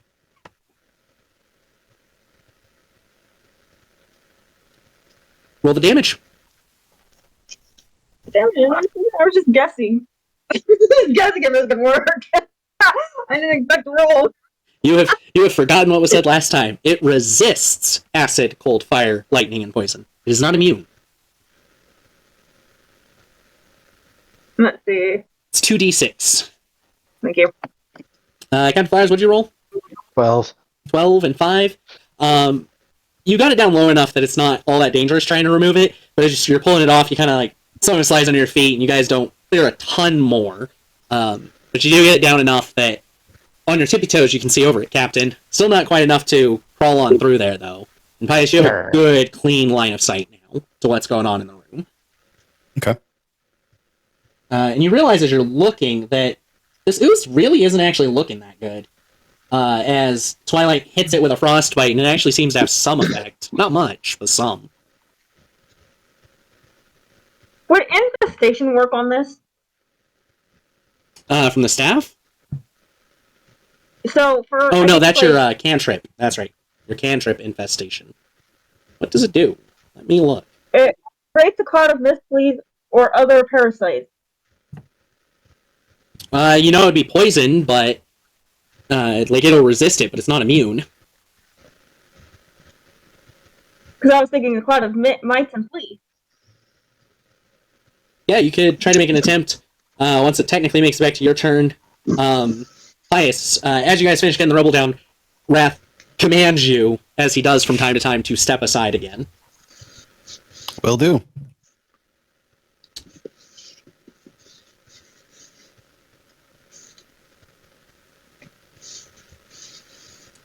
Oh, as another astral void flies past you, slamming into it, leaving it still standing, but definitely smaller and damaged.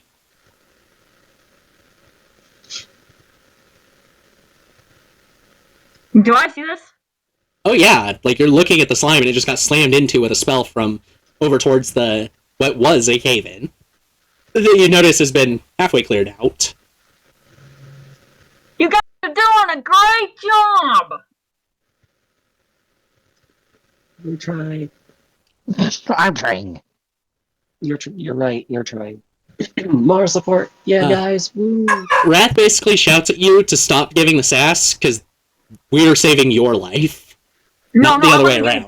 I was not giving sass. I was saying you guys are doing a great job. Thank you. I was not sarcastic at all. You guys are just mean. Okay, so basically you're like, I wasn't trying to be sarcastic, I'm being serious, thank you.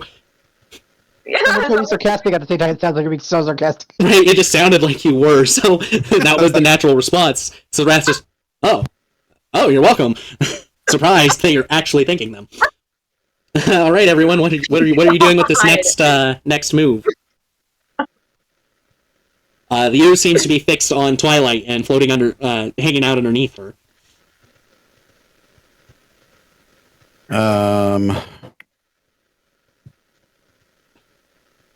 I'm gonna summon my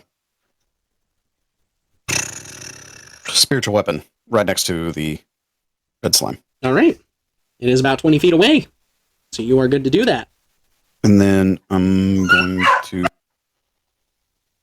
hold on just a second. I'm gonna attack with the mace first, the spiritual weapon. Okay. What dog is it? It's mine. What kind of dog is it? She's a hound mix. Oh, she's a little puppy. All right. Yeah, you she's a hit. loud bitch. Roll that damage, Bias.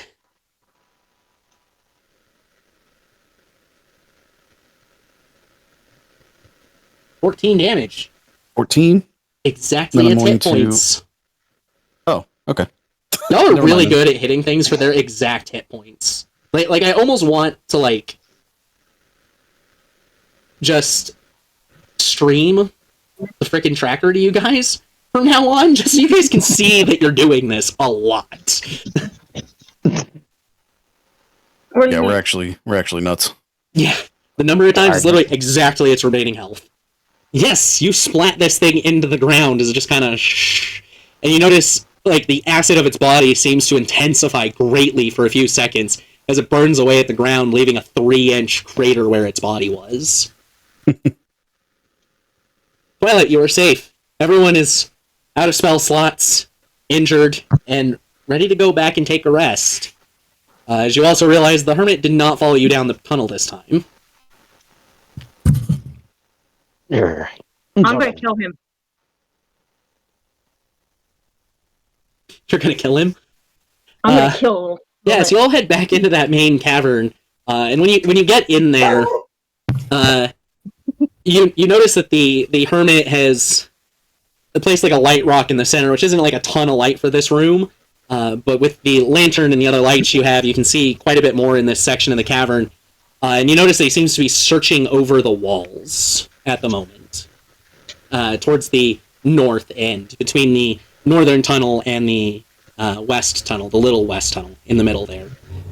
He's currently investigating a wall over there. I'm gonna try to investigate it too, and if I don't find anything, he's dead meat. Okay, how about everyone else? I am walking back to the center room. Hey. So you're all in the center room. You just came into it and I'm found sorry. him investigating that northern wall. Okay. Twilight, yeah, I'm feel just free to gonna roll an sit down. investigation. Okay. How about Tempest and Flowers?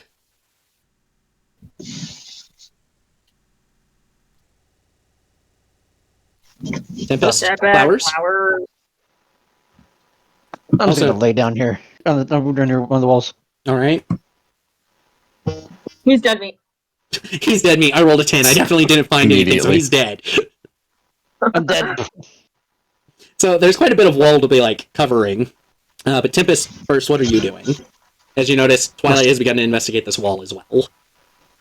I'm gonna fall in place and take a moment of peace. Just take a moment, She's gonna collect do what? yourself. Yes. So the rest, everyone else who's sitting here resting, you do notice like she's got these canine features, and if she just kind of sits down and breathes in and out, and you notice like her muscles start relaxing, the fur retracting, and she starts to return to kind of that normal half-elf girl that has been traveling with you. And Twilight, is you're kind of checking the wall. You notice the hermit kind of awkwardly stop at a spot. And what does he have that he might know? You notice he kind of like puts his hand up to the wall at a spot, and you notice this burst of lightning shoot out from his hand into the wall. It doesn't seem to bounce off the wall, though. It seems to actually go into it. Oh, that's good. That's good. Yeah, there was the whole thing with you. You found the hole, and that tunnel was closed, so there had to have been a way that they were coming from that other room to this one. And I think I found it and closed it. I'm gonna pick him up, and when I pick him up, I'm gonna fly him around upside down. He is going So to I'm just holding him kind of by his scream foot in while I'm confusion flying and terror. Yeah. So I'm flying him around, and I'm holding him upside down by his foot. Of course she is. And I'm going as fast as I possibly can. Alrighty. He's, without taking a breath as you're doing this for several minutes, he's just one constant scream of confusion and terror, like shifting back which one's greater in the moment. But he does it all in one breath. Like, he just does not stop. That's impressive. Everyone else, you're pretty much like, you've been sitting there, you've been taking a breath, like, calming yourselves down from the heat of battle and how intense it all was. And to stop and sleep, Twilight needs to stop being an ass to the hermit because she has a house of cards. I cast Hold Person on her. Roll a wisdom save, Twilight. Something you're good at. What is this? What am I doing? Wisdom save. Wait, what's happening? Like, all I know is... You'll find out after he casts it. You have a +8, Okay. 1d20 +8. What's your DC, Pius? I got 9. Oh, wait. You get to reroll because it's a nat 1. Lucky you. It's a 17 is my save. Okay. Or my DC. Still fails. She got a 14 and already burned all her lucky points. So as you're kind of flying around, your body just locks up. And you, not being able to flap your wings anymore, crash to the ground with the hermit. Jesus. And you are unable to move as you are paralyzed. Probably. And from the fall, you take 5 bludgeoning damage, knocking you unconscious in the process. So spare the dying to keep her from dying. Yeah. You are just outright unconscious, though. So you all can take the House of Cards, get it set up, get yourselves ready for a watch shift in this dangerous place. Are you going to leave Twilight just sitting in the middle of the cave, or are you going to drag her into the House of Cards? Probably. I'll pick her up. Okay. Time to go to sleep, little one. The hermit gets up and is like dusting himself off. And, thank you, Pius. Felt like I was going to throw up there for a moment. He's probably dizzy as fuck, too. He's walking all drunk. I'm just tired. All right, everyone can get in a nice, good long rest, recover all your hit points, and campfires. You do a little bit of repairs that you need to fix up your autoplate to get its 5 hit points back, Sure. Yeah. and get all of those lovely spell slots back So to change out my spell, I have to do it after after I a wake long up, right? rest. Yeah, after you Okay. wake up, you get to switch it out. Yay! Thank God it wasn't before, because then I'd be fucked. Right? It would be pretty funny, though. Alright, everyone, you've gotten a nice, good, long rest. No disturbances. Pius, you and Nick do here kind of in the middle of this rest. Because despite everything that happened, you guys all were up for a few hours, just, like, not able to sleep from the adrenaline high until closer to normal time to go to bed. And while everyone was sleeping, you did hear the echoing of a roar that seemed to be not coming from the other tunnels or any of these caverns. It seemed almost muted, as if there was a wall between the roar and all of you. My staff of flying insects, they go back up to full Yep. points, right? Yep, you got your charges back on that. And that was what, 10? Yep, 10. So yeah, it is about 7 a.m. in game. Everyone's waking up, rested, much calmer than when you went to bed. And Pius, you and Nick heard that roar as if muted with a wall between. Wait, was few this a of them, short rest or obviously. long rest? Long rest. It was long. You guys took a long Long rest. rest. Well, that definitely helps. Okay.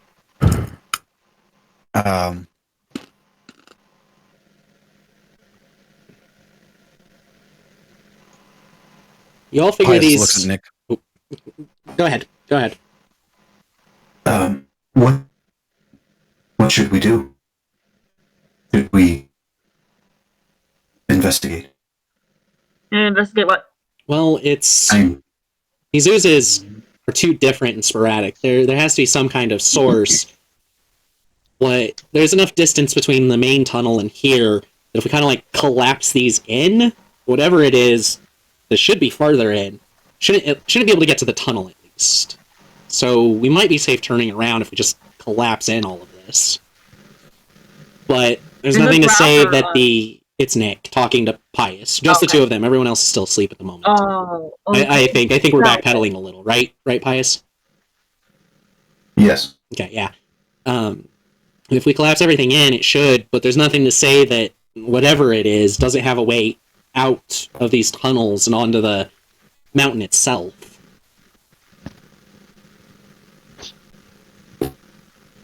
We should finish what we started. We've already come this far. Here. All right.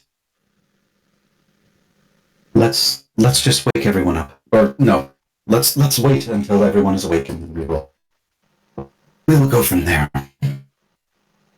Yeah, maybe if we all talk it out together, we'll be able to come up with a plan. Instead of apparently just running into the oozes. Yeah, that isn't it's not a great idea from what we've experienced. Alright, do what? No, I just said all right. Alright. Yeah, so the rest of the night's able to pass then. Uneventful. Everyone, you're waking up, able to get started for the day. You're all feeling pretty hungry. You didn't eat yesterday, but it was a very stressful day and kind of distracted everyone, and kind of no one really thought about eating.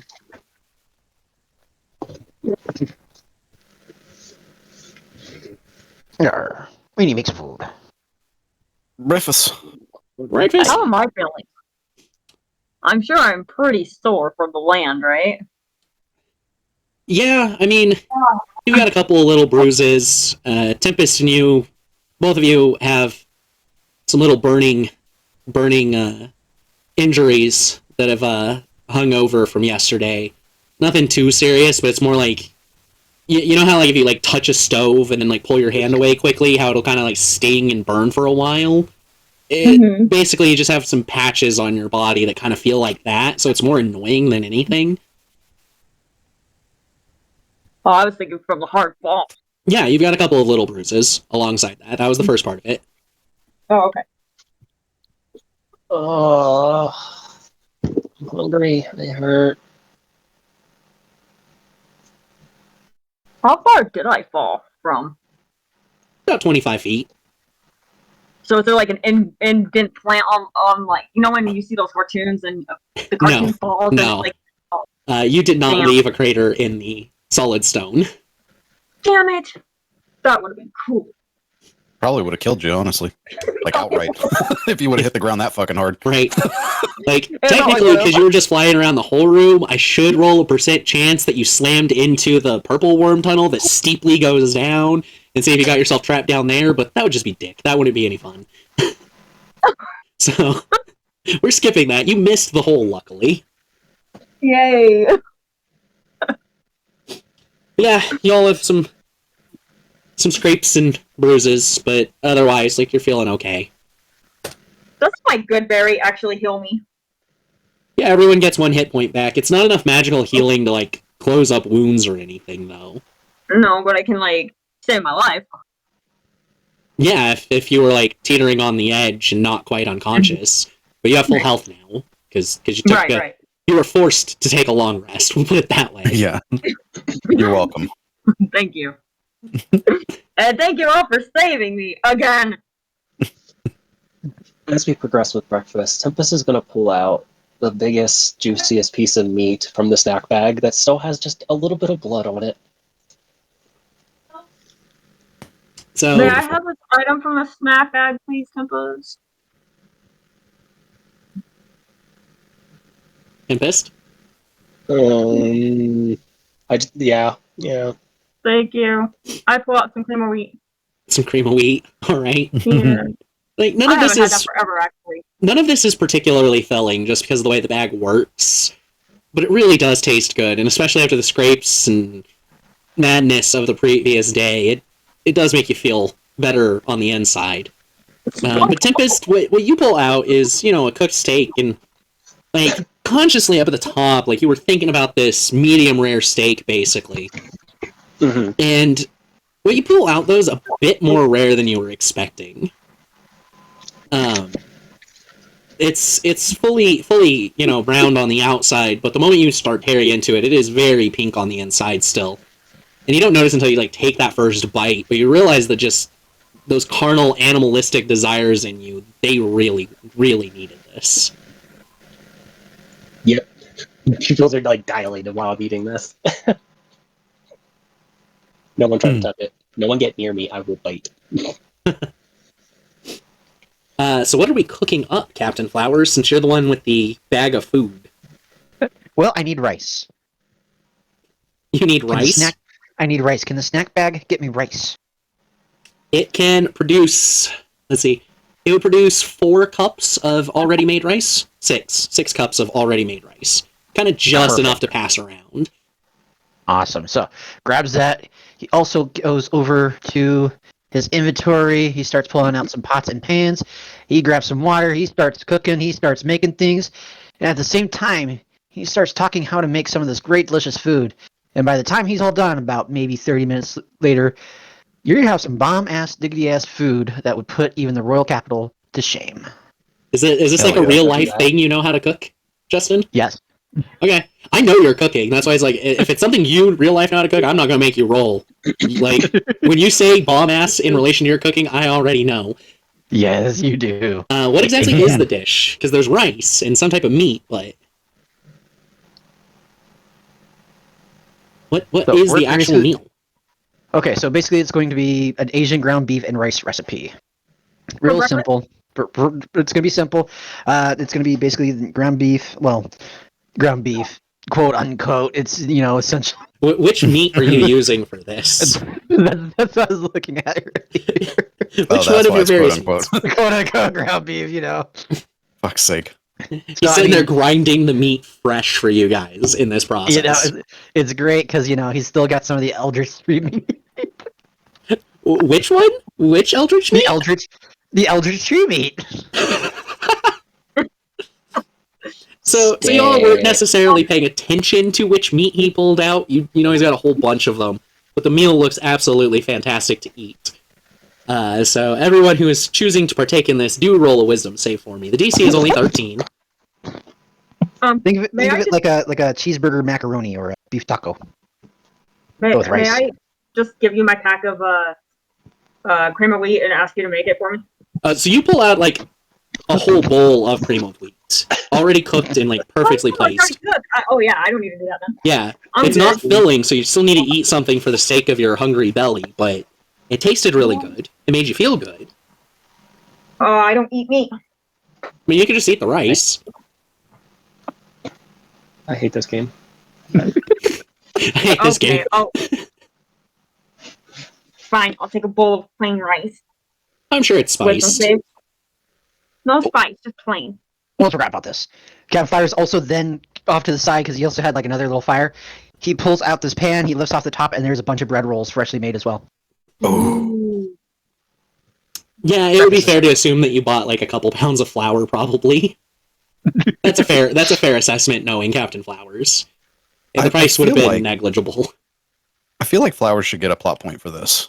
Because I can see all of this in my head, and it sounds fucking fire right now, actually. Right, and this was the perfect time to do it. Like, it really leans into everything was hard. Let's take the extra time to really have a good start to the morning. So yes, Captain Flowers, take a plot point for that.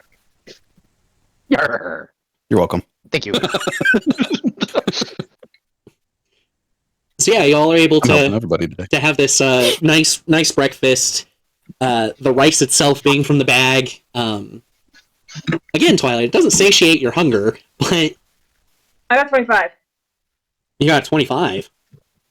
Were you telling me to roll a dexterity saving throw, right? Wisdom. Or Wisdom. Everyone eating the meat yeah, that's what has to roll a wisdom. Oh, that's what I rolled. Yeah, you didn't have to. You weren't eating the meat. But Captain Flowers, Tempest, Wrath, and Nick do. Titus, you could eat the meat if you wanted to. No. Yeah. No, I'm good. Rip.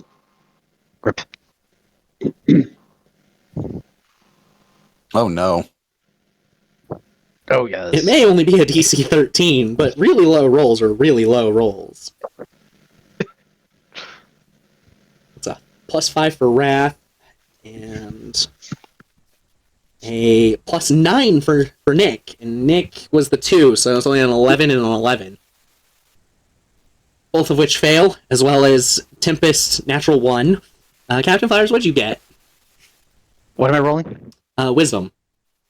Wisdom save. That would be 11. An 11. 11, 6. 11. So Tempest, having failed by 5 or more, this meal is absolutely amazing. But the bits of madness and like duck energy, this chaotic eldritch nature of it, kind of seeps into your mind. And this meal is just so good. This is like the best meal you've ever had. Like you lived off cafeteria cooking and rations, and maybe you've gone to an inn and gotten a real basic meal there. You've never had a home cooked meal with this much love and care, and it pisses you off because this is what you've been missing out your entire life. As far as you're concerned, you have never known love from anyone. Your uncle, your aunt, none of them. Because none of them have taken the time to just prepare a goddamn meal for you. And you vow to yourself right now that the next time you see your aunt and or uncle, like the first time for each of them, you are going to fucking deck them in the face for it.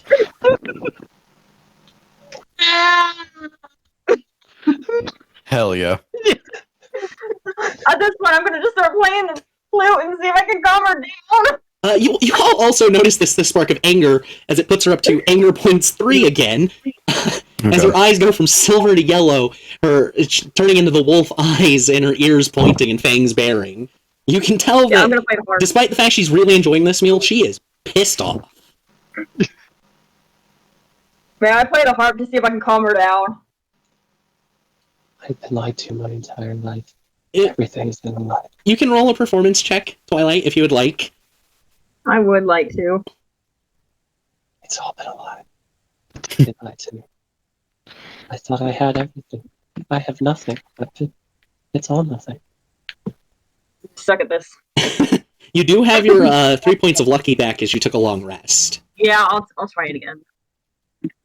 Now, as for Nick, Wrath, Yay. and Captain Flowers. Captain Flowers, you're mad at yourself because as you're eating it, it just doesn't taste as good as it should have. As good as it has all the other times you've ever done it. You're mad at yourself because you were trying to do something amazing for everyone and cook this amazing meal, and to you, it's just plain. It's boring. It's so basic. Like, you could have gotten it in an inn. Like, the exact opposite of how Tempest feels right now. And you're mad at yourself for making a subpar meal. Yeah, it could have been so much better. I can definitely do better. I need to do better. I know what I'll do better. The 23, Twilight does serenade everyone fairly well. Doesn't seem to be a specific song. She's just kind of plucking at the strings and everything. But it does sound nice. And Nick and Wrath kind of have a similar thought process to Tempest's, which, of course, I'll catch them up on when they get back, but they're not, like, overwhelmed with rage the same way Tempest is. They don't vow to hurt people. But they're pretty angry, too. Like, everyone just seems to be really angry with this really amazing meal, Pius. I'm glad that I didn't try it. Mine's good. Hers is good, yeah.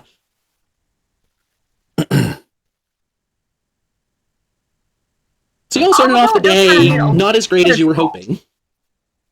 What, are you all okay? It's not as good as I was thinking. It's subpar. Yeah. Nick and Wrath are basically muttering about how it's the best day of meal they've ever had, and why didn't anyone tell them that a meal made with love can taste so good? I do have one reply. I think it lacks a little bit of salt, but other than that, good. It's great. Captain, what meat did you use? No, it's the tree meat that we had from a while back. Yeah, everyone kind of, like, in their heads is like, that's the problem. But it doesn't change the way any of you feel. I should have used the goblin meat. It would have been so much better. Good, much more chewier thing. I suppose, yeah. I'm sure... Let me try it. Burrs, here you go. Hands him a bowl and a couple of the rolls he made. Said it was a wisdom save, Jess? Yes. Yeah. 23. You have no adverse reactions to it. And even though you don't have, like, taste buds, it's an amazing texture, so well blended between the meat and the rice. The bread is this soft, it feels almost like a fall-apart steak texture to it. And it's soft, it's squishy, and you swear because of Deuce's memories, you can almost envision that flavor from Deuce's experience from it. Because the texture is so perfect. This is wonderful, Flowers. Thank you, but I know I could have done better. No, I think that is an adverse feeling from the meat. Captain, in your head, you're like, you know it's an adverse feeling, but at the same time, the fact that you could have used goblin meat to produce the same quality without the adverse effects is proof to you that you could have done better. I could have done better, yep. Depression is a fucking bitch. True. Very true. Welcome to Clinical Depression. How can we help you today? Oh, if you just want to go sit in the corner? Of course, we can help you out with that. Oh, you want to function like a human being? Fuck you. You just want to constantly Go cry fuck it out. yourself, you piece of garbage. Yeah. Everyone watching, for as much as we're joking about this, it is a very serious topic. I personally have definitely been there. I have a very serious diagnosis of depression. That's why I know how this kind of feels and that thought process is because Yeah, and I have it. it's happened to me. I honestly, I have severe depression too. So I don't speak anything for it. Yeah. So yeah, you all are able to finish eating, kind of put up camp and everything. Twilight, you are still no, you're not hungry. The bread was filling, and the bread was not made by the bag, so you're not hungry either because you had the bread. I'm gonna go before we back up. I'm gonna go look at that wall that the stupid owl hermit was looking at. So you're able to find that And- spot easily enough because you And I'm were gonna looking do at it. detect magic on it to see what the hell he was doing. You cast Detect Magic, blowing that first level spell slot, and there's no magic there. I'm gonna kill him. As you're kind of doing this, the hermit's like, Twilight, what are you doing? I just cast a lightning bolt to collapse the hole that the slimes were coming through. I figured it would be better if they didn't get in while we were sleeping and attack us. Okay, so basically he kind of closed an opening. Yes, that's what he's saying. Okay, I thought he found an opening. Yeah, he found one, and then he closed it by casting a lightning bolt, concentrated inside of a very small space. Well, I just used the detect magic for nothing then. Makes me even want to kill him even more. Everyone's mad this morning. God, For many different reasons. 36 hours in this underground has already driven you guys crazy. Most people at least last a couple of days, like 3 or 4 even. We're just an angry party. Yeah, so everything's set up, and you guys are good to keep exploring.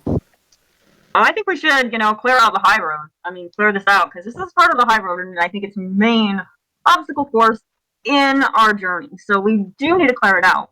So you're What do you fairly guys think? certain that this area, everywhere that you've been so far, which as far as you can tell is the whole tunnel system currently, seems to be cleared out. You killed the things, you didn't get jumped by more. Maybe there's a couple in that other cavern where you fought the dragon blood ooze, because you didn't really stick around to explore it and make sure. But, like, you were in the eastern cavern long enough, nothing attacked. Here in the center cavern, you guys slept. You haven't actually checked that little tunnel on the west, but nothing came from it while you were sleeping. And you didn't hear any sounds down Check there it either. out. I still want to check it out, but what do you guys all think?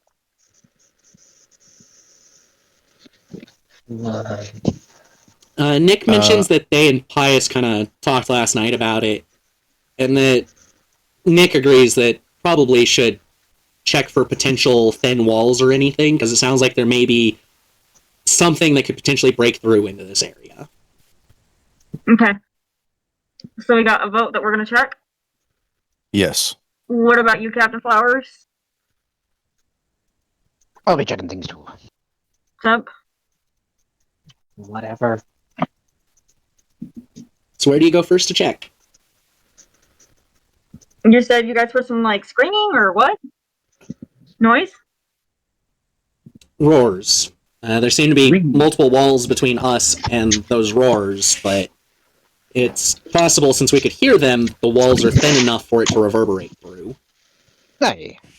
So we might need to just look for a wall that's not very thick. And I'm a dwarf. And I should do walls. Because they're stones. I can do this. Yeah? Okay. So where's everyone going to go check first, then? Well, was the roars coming from the north, the east, the west, the south? Or don't you guys know? Deeper in was all that could really be told. So, possibly reverberating from that eastern cavern, possibly from the northern.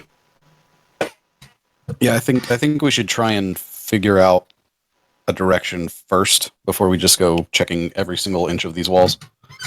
Do you think it had something to do with the vast destruction that I did yesterday? That's possible, No. actually. I mean, she could have possibly knocked some of the walls. I could have probably woke up something from the deep, deep under and, did something there. Would you guys mind if I go investigate that real quick? I think we should travel together. Yeah, but I don't know how bad the floor is over there, and if it collapses and if we all go under, then we're all screwed. And I have wings. So I can fly out. Yeah, we got a carpet of flying, too. No, I don't. Unless somebody else has it, but I don't have it. Oh, you got rid of the carpet of flying? I did. I forgot about that. Yeah. There are various spells, ropes. Nick can get some flying in and shuttle people up if necessary. So that's not really a problem. Okay. I mean, I just don't want to endanger anybody else's life. So We'll it's be all up to the party. If you guys want to come with me, you're more than welcome. Or, Yeah, let's just go. Okay. Hey. Northern Cavern then? Yep. All right. So you get up there and you're all clearly trying to pay attention. So everyone go ahead and roll investigation checks. We are going to do a group check on this one.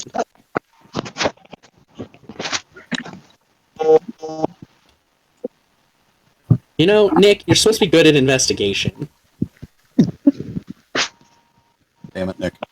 How could you, Nick? Got that +9, but 2. Natural 2.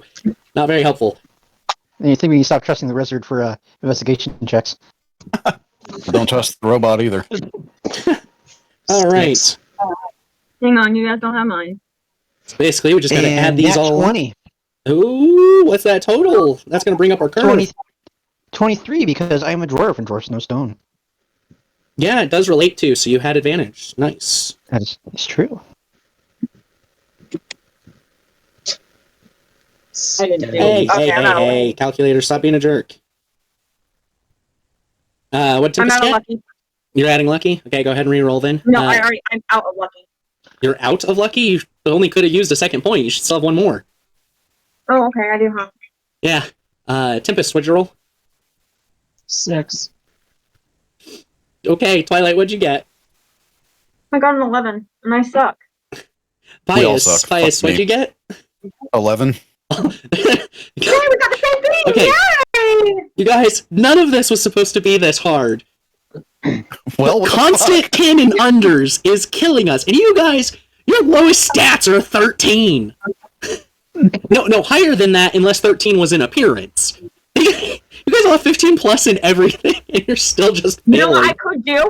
I could re-roll a lucky on everybody's point since this is a group activity. No. Unfortunately, you can only do one. Somebody roll one more d20 for me, though, as you are not alone in this endeavor. The Hermit Who? is with you. I'll Anyone? do it. I did. Fit 16. 16. Oh. He is definitely going Yeah, to that's bring your better curve than up. Good rolls. With his 29 and Captain Flowers' 23, you guys have come out to an average 14.57. You got a 15 on Fuck this me. group check. Yay! which is enough because roars and there was already some idea that maybe a dragon, so you guys put another pint of oil into the lantern of dragon tracking, and as you guys are in the room up towards the north side, it lights up. It indicates there is a dragon within 300 feet on that northern wall. Uh-oh.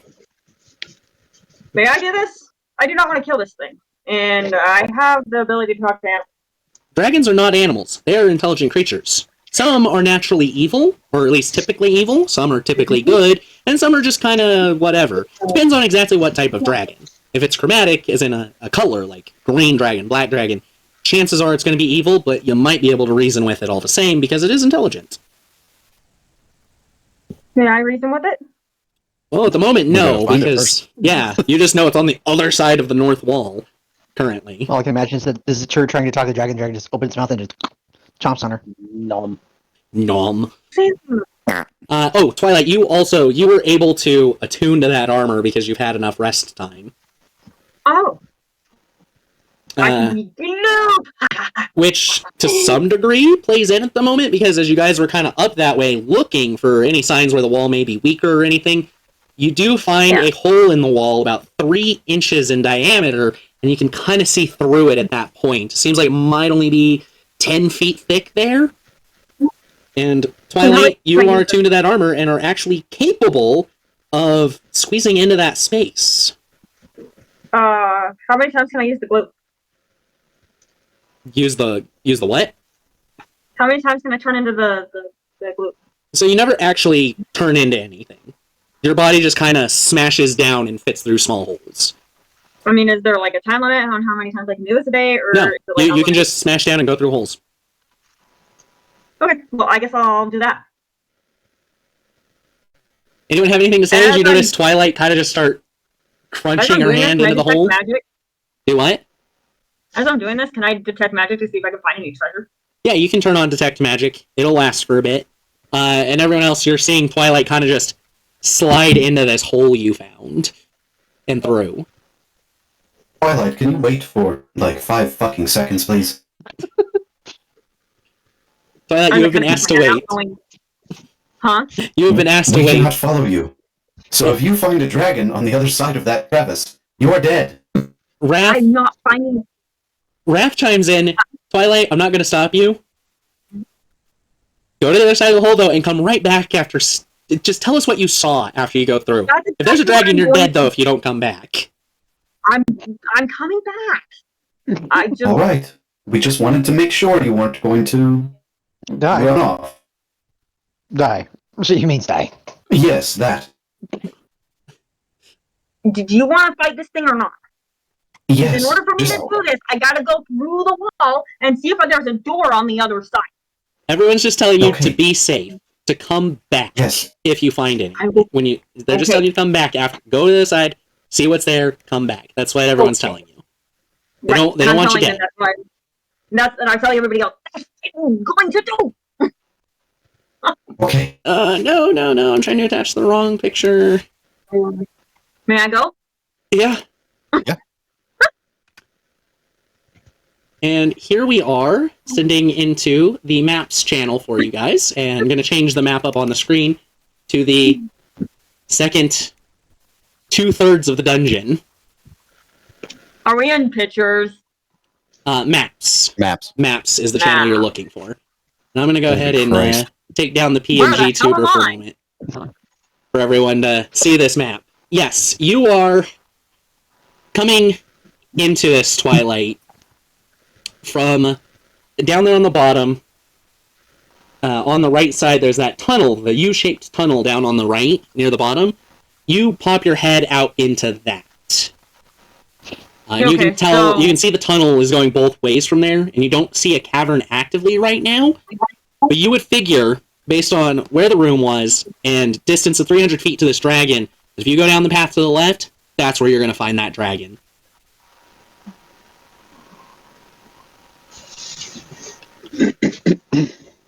Did I find anything in the walls? Like, treasure-wise or anything? Detect Magic has found nothing at this time. So I'm like I'm at the bottom left-hand corner, or am Bottom I in the right? The U-shaped tunnel on the bottom. Okay. Or, I guess it's more of a V. You're right there in the bottom of it. Okay, got it. As you pop in here, you get the feeling that these tunnels go so much further than what you've seen.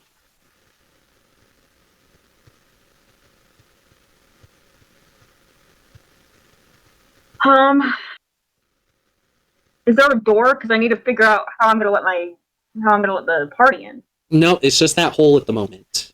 Presumably, you guys are going to have to blow out this wall to get through.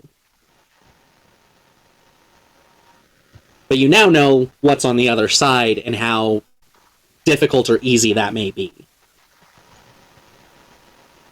Okay, I guess I'll run back and tell the party. Alright. Yeah, so she comes back through, she lets you know that she ended up in a tunnel that went two ways. She came out at a crossroad, and that it looks like you guys are going to have to break through that wall because the tunnels definitely go on longer than just what you guys have been in. Because Twilight, you were also able to see small puddles of black and gray and red goop. Well, you couldn't make out the colors. Dark vision. But there were piles of ooze goop in these tunnels as well. Not ooze goop. Where did I blow out the? That's my least favorite goop. So you didn't actually... Oh, where you caved in? That was back on the first map at the south side of that north room. That northern cavern. Up at the top of it is where you came through to here. Down at the bottom of it with the tunnel is where you had collapsed. But that's all been cleared away in the attempt to save you before. Oh, okay. So, yeah, she heads back through and she tells you all of this. I know if we blow out the wall, it's going to make a noise, and we don't want to disturb the dragon if all possible. Hey, chat, go ahead and tell me what type of dragon you think they're going to fight. White. A really friendly one. I wish. E-I-E-I-O. I hope he likes belly scratches. I like spelling scratches. What makes you think it's a he? It could be a she. Why are you assuming the dragon's gender at this point? My goodness. Yeah, you're right. I shouldn't do that. How dare you? Okay. I hope the dragon likes belly scratches. And nice rubs around the ear and the face. Yes. And getting clean. Okay, that was a little random, Getting but I'm with clean? it. Getting clean? Yeah, Okay, getting so clean. Nick's gonna cast You know. Prestidigitation on it. Gotcha. That's fair. That's fair.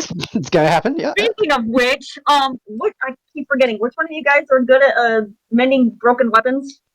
A couple of us, actually. Pius, Captain Flowers, and Nick all are good at repairing things. Pius, would you and Flowers kind of be willing to work on my D sword and kind of repair it back to front? Yeah, Right now it kind of looks a little limpish. she's handing you what looks like a partially melted, very exaggerated adult toy at the moment. You've seen her use it. You know it's her sword, Sir John Falstaff. Mm-hmm. Yes, I will help you repair it, but I'm not touching it. That's fine. Just set it on the ground there. Hey. Now I'll cast mending on it. All right. Yeah, it only takes the one cast. That -2 penalty is gone. It's all good now. As the melted parts like reform into the correct shapes and the veiny texture that was originally there. It's so shiny. Nick cleans it for good measure, so it actually is shiny. Oh boy. So what's the one plan more for the thing, wall? I need to call patches really quick. The ring does not function, as you are currently in a dungeon. I need my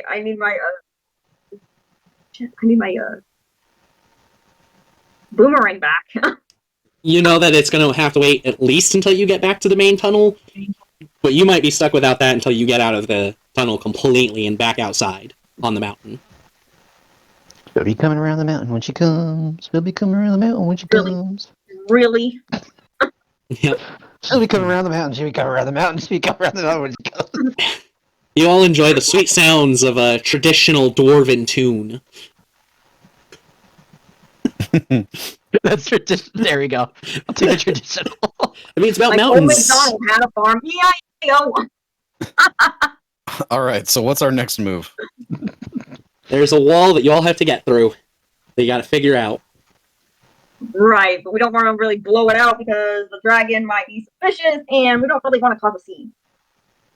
Actually, I've got an idea. What's that? I'm going to place... How big is this crevice, Jess?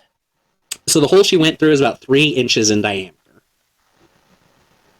Put my face right up to it and speak in Draconic, or kind of yell in Draconic. Hello, greetings, friend, I think, hopefully? So, you're like turning your volume up, shouting this, and it echoes in the cavern you're in, and then it echoes down the tunnels on the other side, and you all hear a roar that's clearly coming through that hole from the other side somewhere. And you notice the Lantern of Dragon tracking go back to its natural color, as if the dragon had moved far enough away to not be within 300 feet. He's very good job. determined, I take it. Okay, so that... You think the is terrifying. reverberation may have made your words unable to be understood. Oh, okay.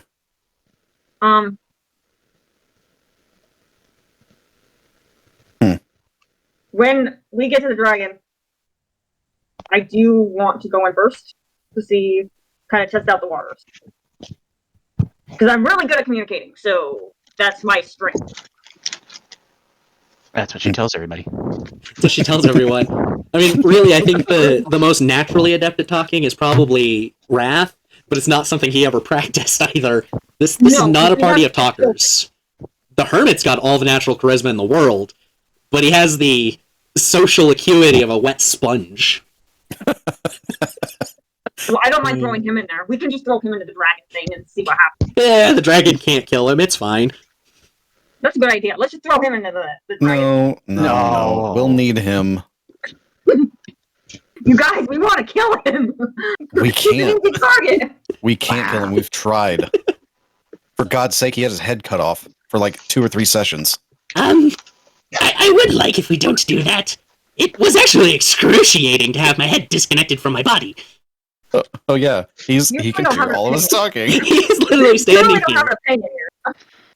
Y'all talk like I this, like think this. I do. You notice he like thinking really hard for some reason on whether he has an opinion or not. And Pius, you notice that his eyes are like a dead milky white, as if he's blind. You know he's not, but his eyes, they look like that. And for a brief moment, you think you see a yellowish orange tint flash across them, and you just, yes, I do have an opinion on that, actually. No. The opinion is no, well heard. Pretty solid opinion there, Hermit. Right. Do you know what your opinion is on the no answer though? Or are you just spewing out words? Oh boy. Okay. So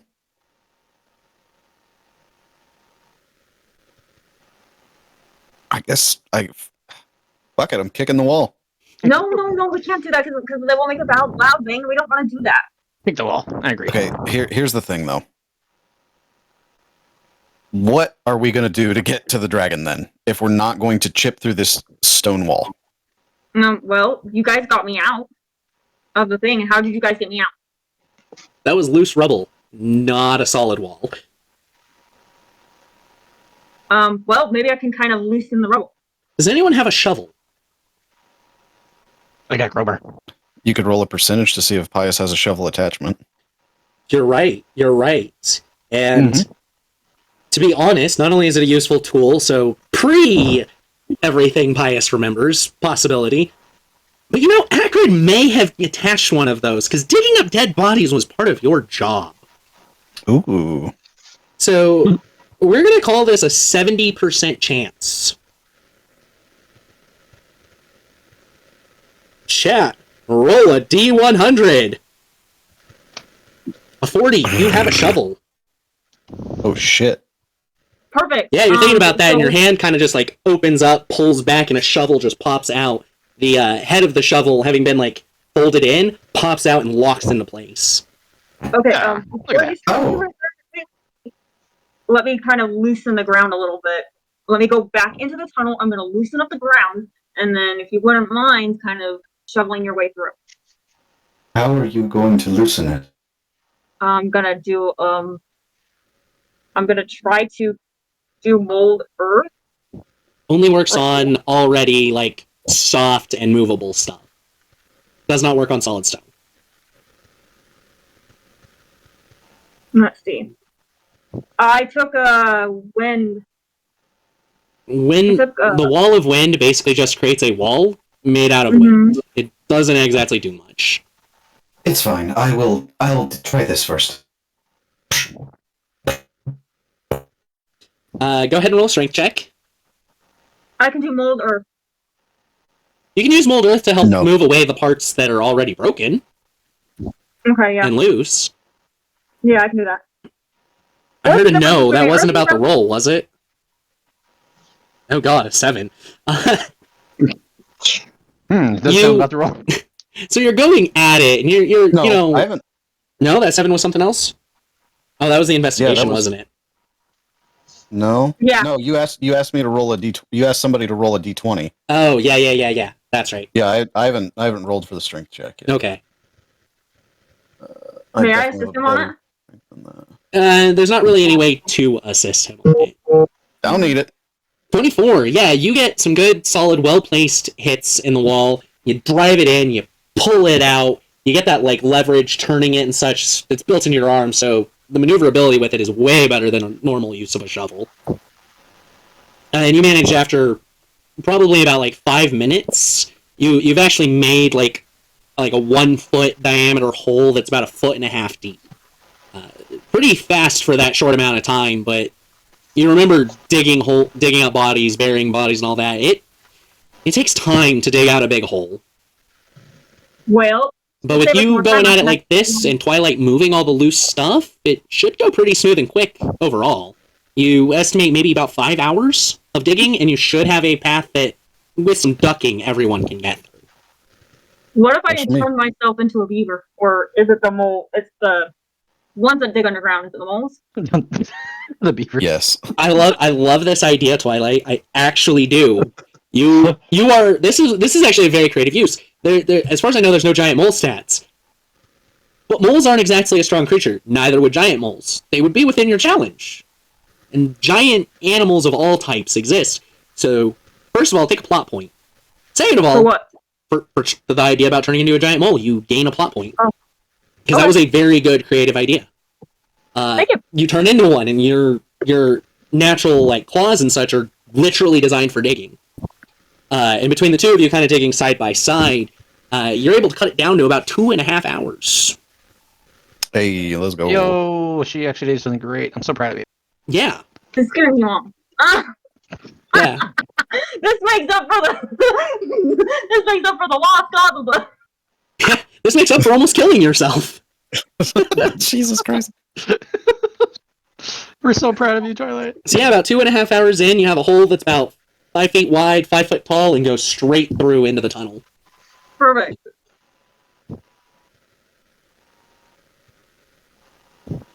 I'm going to... Whoa, that got weird. There we go. Whoa. Okay. I don't know where to add my plot points. The box that says inspiration on the parameters page.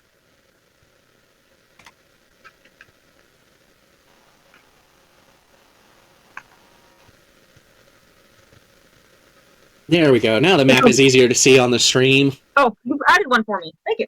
No, you already had one, is what that means. I did? So now you have two.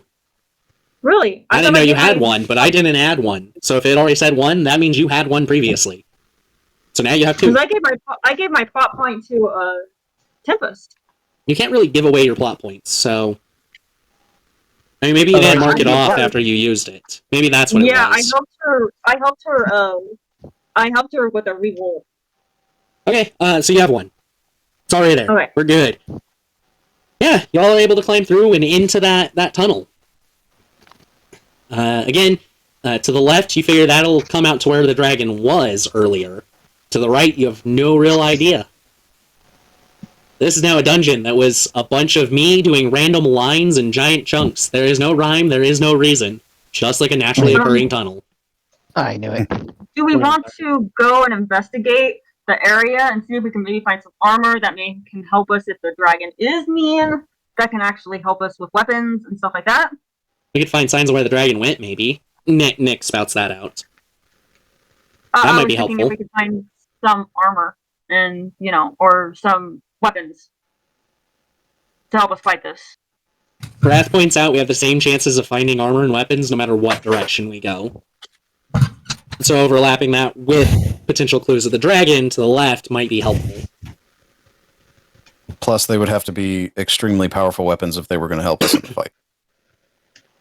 If there even will be a fight. We don't know. Hi. We got to find it first. I'm not gonna watch it. I just needed to prepare just in case. With all the shit that we've been through, we never know. No, I know. I totally get it, but we'll be fine. Okay. Y'all are keeping an extra good eye out and taking your time walking through. That way you can really make sure there aren't any oozes that are going to jump out at you, because in a lot of ways I think that might be your bigger concern, at least some of you, because those are what have been messing you up. A dragon almost sounds easy. I mean, you've dealt with demons, you dealt with a wizard trying to become a lich, harpies, cockatrice, an army of undead. All pretty easy overall, but these oozes have fucked you up. Yeah. And as you're heading down the tunnel to the left, you are seeing signs that there are oozes somewhere through this series of new tunnels and caverns. And you get up to like that Y space up there, and you can see down the left there's that large cavernous space, and heading northward you can see that the tunnel goes up and then just hard lefts all of a sudden. But the path to the left would be where the dragon was and where you'd all decided to kind of go. And as you kind of go into that space, you see what seems to be some small splatterings of blood kind of all over the place. And in particular, one of the puddles seems to almost be this large, thick, gelatinous mass, very similar to the dragon blood ooze you've already fought. But it gives you the idea that this dragon keeps bleeding and creating new dragon blood oozes from it. Whether on purpose or not, you're not completely sure. But you can see there's natural light in this cavern. Can I put the lantern of the tracking dragon next to the blood to see if it is human blood or if it's dragon blood? So it only works for like creatures, not blood or random bits and pieces, only a full living creature. And the lantern's not showing any dragons here in the immediate 300 feet area of you guys. But it won't help you tell whether the blood is dragons or not. Does anybody have a way to test blood? It is worth noting that while you've only traveled like a small bit of tunnel and into this cavern, you have seen no signs of people. No scraps of cloth, no broken weapons, no armor, no bodies. You have seen no signs of humans. And the splatters of blood would be like an entire human body. For a dragon, that's not necessarily so much, but... Guys, I think the dragon's hurt. There. We should go find it. I think it's hurt, and I think it needs healing. Well, I agree. But if it's hungry, we're feeding it you. Okay, that's fine. Alright, so you're standing at the entrance to that cavern. Are you going to go into the cavern to try finding where it went? You can tell that there's at least one dragon blood ooze in there, just from initial sight. And the room is filled with dim light because of the natural sunlight that seems to be coming into the room. I mean, isn't there puddles of blood? They're not puddles. They're like, imagine taking a can of paint and just throwing it at a wall. And it's just splattered across. There's a couple on the floor, there's some on the walls. I'm gonna follow it. Like, I'm gonna follow the splattered blood. It's all over the place. It doesn't seem to just be here and then went this direction.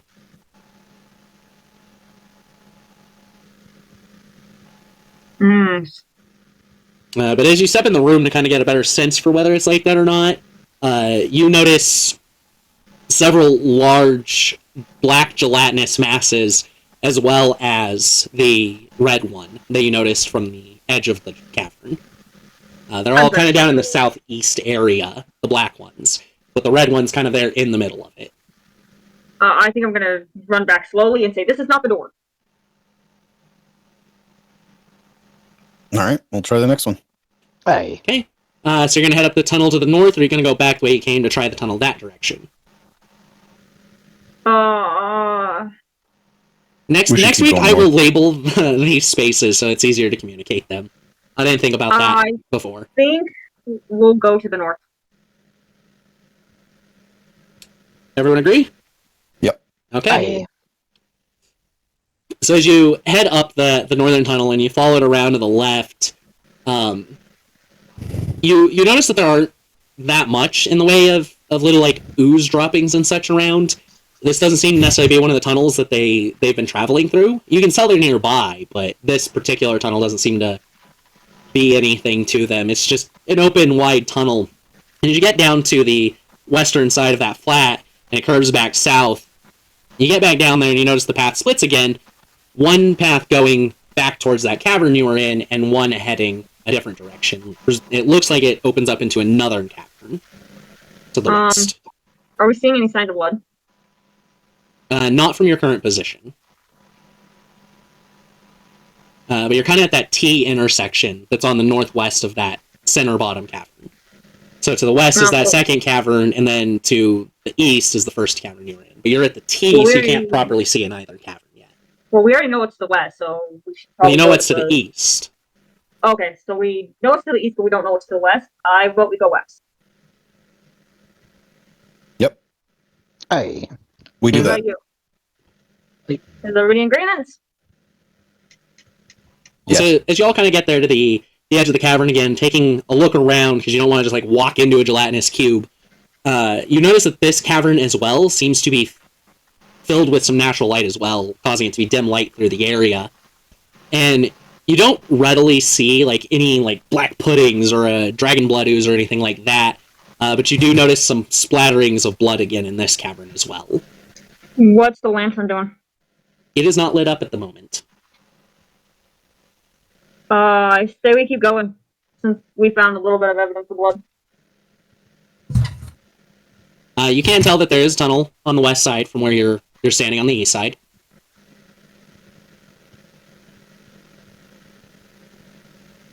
Yep. Okay. So as you're all heading that direction, you can also see down to the southeast, there's a tunnel heading back. It looks like that first cavern you were in for this section seems to have 3 separate tunnels that kind of all go to it, connecting back and forth. And when you're actually in the room and taking a look around, like, Pius, you in particular, you're trying to check the ceiling, and you notice there's just a large hole that seems to go out and up and out to the outside of the mountain, which is what's letting the natural light in. Do I notice it? Yeah, I mean, if everyone's taking a look around, you'll notice it, especially since Pius's eyes probably linger on it for a little bit longer than most everything else. I looked up and I think that's what I done. That is my creation. It does look like it's probably about 40 feet from the inside to the outside, so your spell probably didn't do that. It did? Did not. Oh. I still want to keep it. I still want to keep that glow and say that's something I did, even though I didn't do it. And does it light up? The whole room is filled with dim light. It's kind of at an angle, so you're not getting like a ton of sunlight because of that angle, but you figure at the right time of day, you would probably get a very lit up room. Would I be able to stand under it and use my shield to shine light? Yeah. Like a flashlight? Yeah. So you kind of use it to reflect the light and kind of try to focus it on different parts. I'm guessing you're trying to look around the room and see if anything's maybe in the side crevices. Yes. Yeah. Oh, okay. I was wondering what you were doing. I was like, Yeah. Go ahead and roll a perception check with advantage. Okay. Because you do have that kind of like spotlight on everything.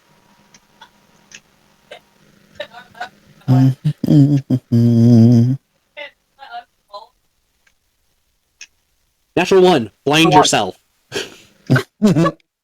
really? That would be really bad with advantage.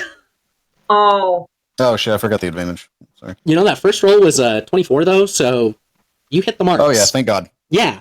As you're looking around, like, you're certain that there's nothing hiding in this room currently, but as you're kind of panning it around the northwest on that flat side that's near the other chamber, you do notice that there's like a 2-inch gap in the wall. Another one of these crevices the oozes keep crawling through. And there is kind of blood splattered around it as well, which is part of why it sticks out. Okay. Do I notice that? No, it's Pius specifically looking. I'm going to let everybody know and then move closer to it. Okay. You're going to try to take a look through? Yes. So as you do, that dark vision that you have from your goggles is what lets you see, because you don't notice any light on the other side. But you can see through. There's like little bits of ooze there in it. But on the other side, you see what looks like the largest mass of ooze you have seen so far. You can't make out the color or anything, so you don't know if it's a dragon blood, a black pudding, or possibly some other type of ooze. But there is an absolutely massive one in the chamber on the other side of this hole. That's a problem. It's a problem.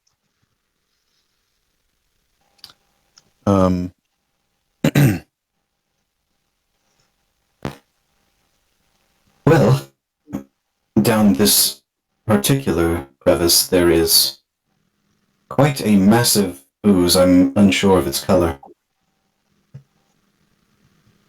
Like how big? Like, are we talking about like? Bigger than all of the ones that were in the cave. Yeah, you can't make out its full size just because of the limits of the hole. But you figure this thing's greater than 10 feet across, and none of them you've seen have been bigger than that.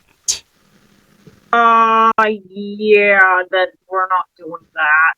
And you do know that that tunnel to the west seems to head southwest, so it seems to kind of head away from whatever cavern this ooze is in.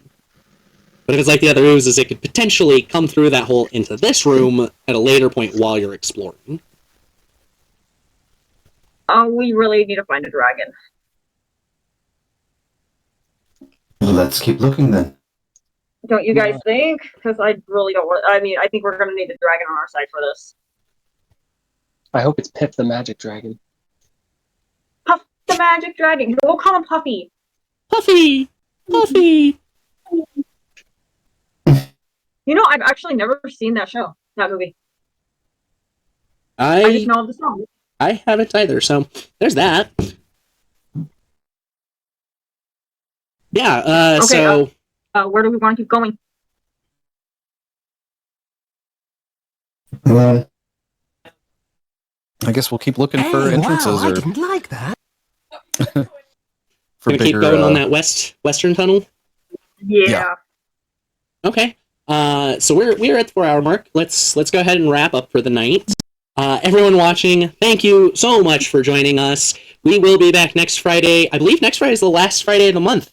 So we will be back with the Fog Survivors next week. Ooh, shit. Ooh. All right, bye everyone. I love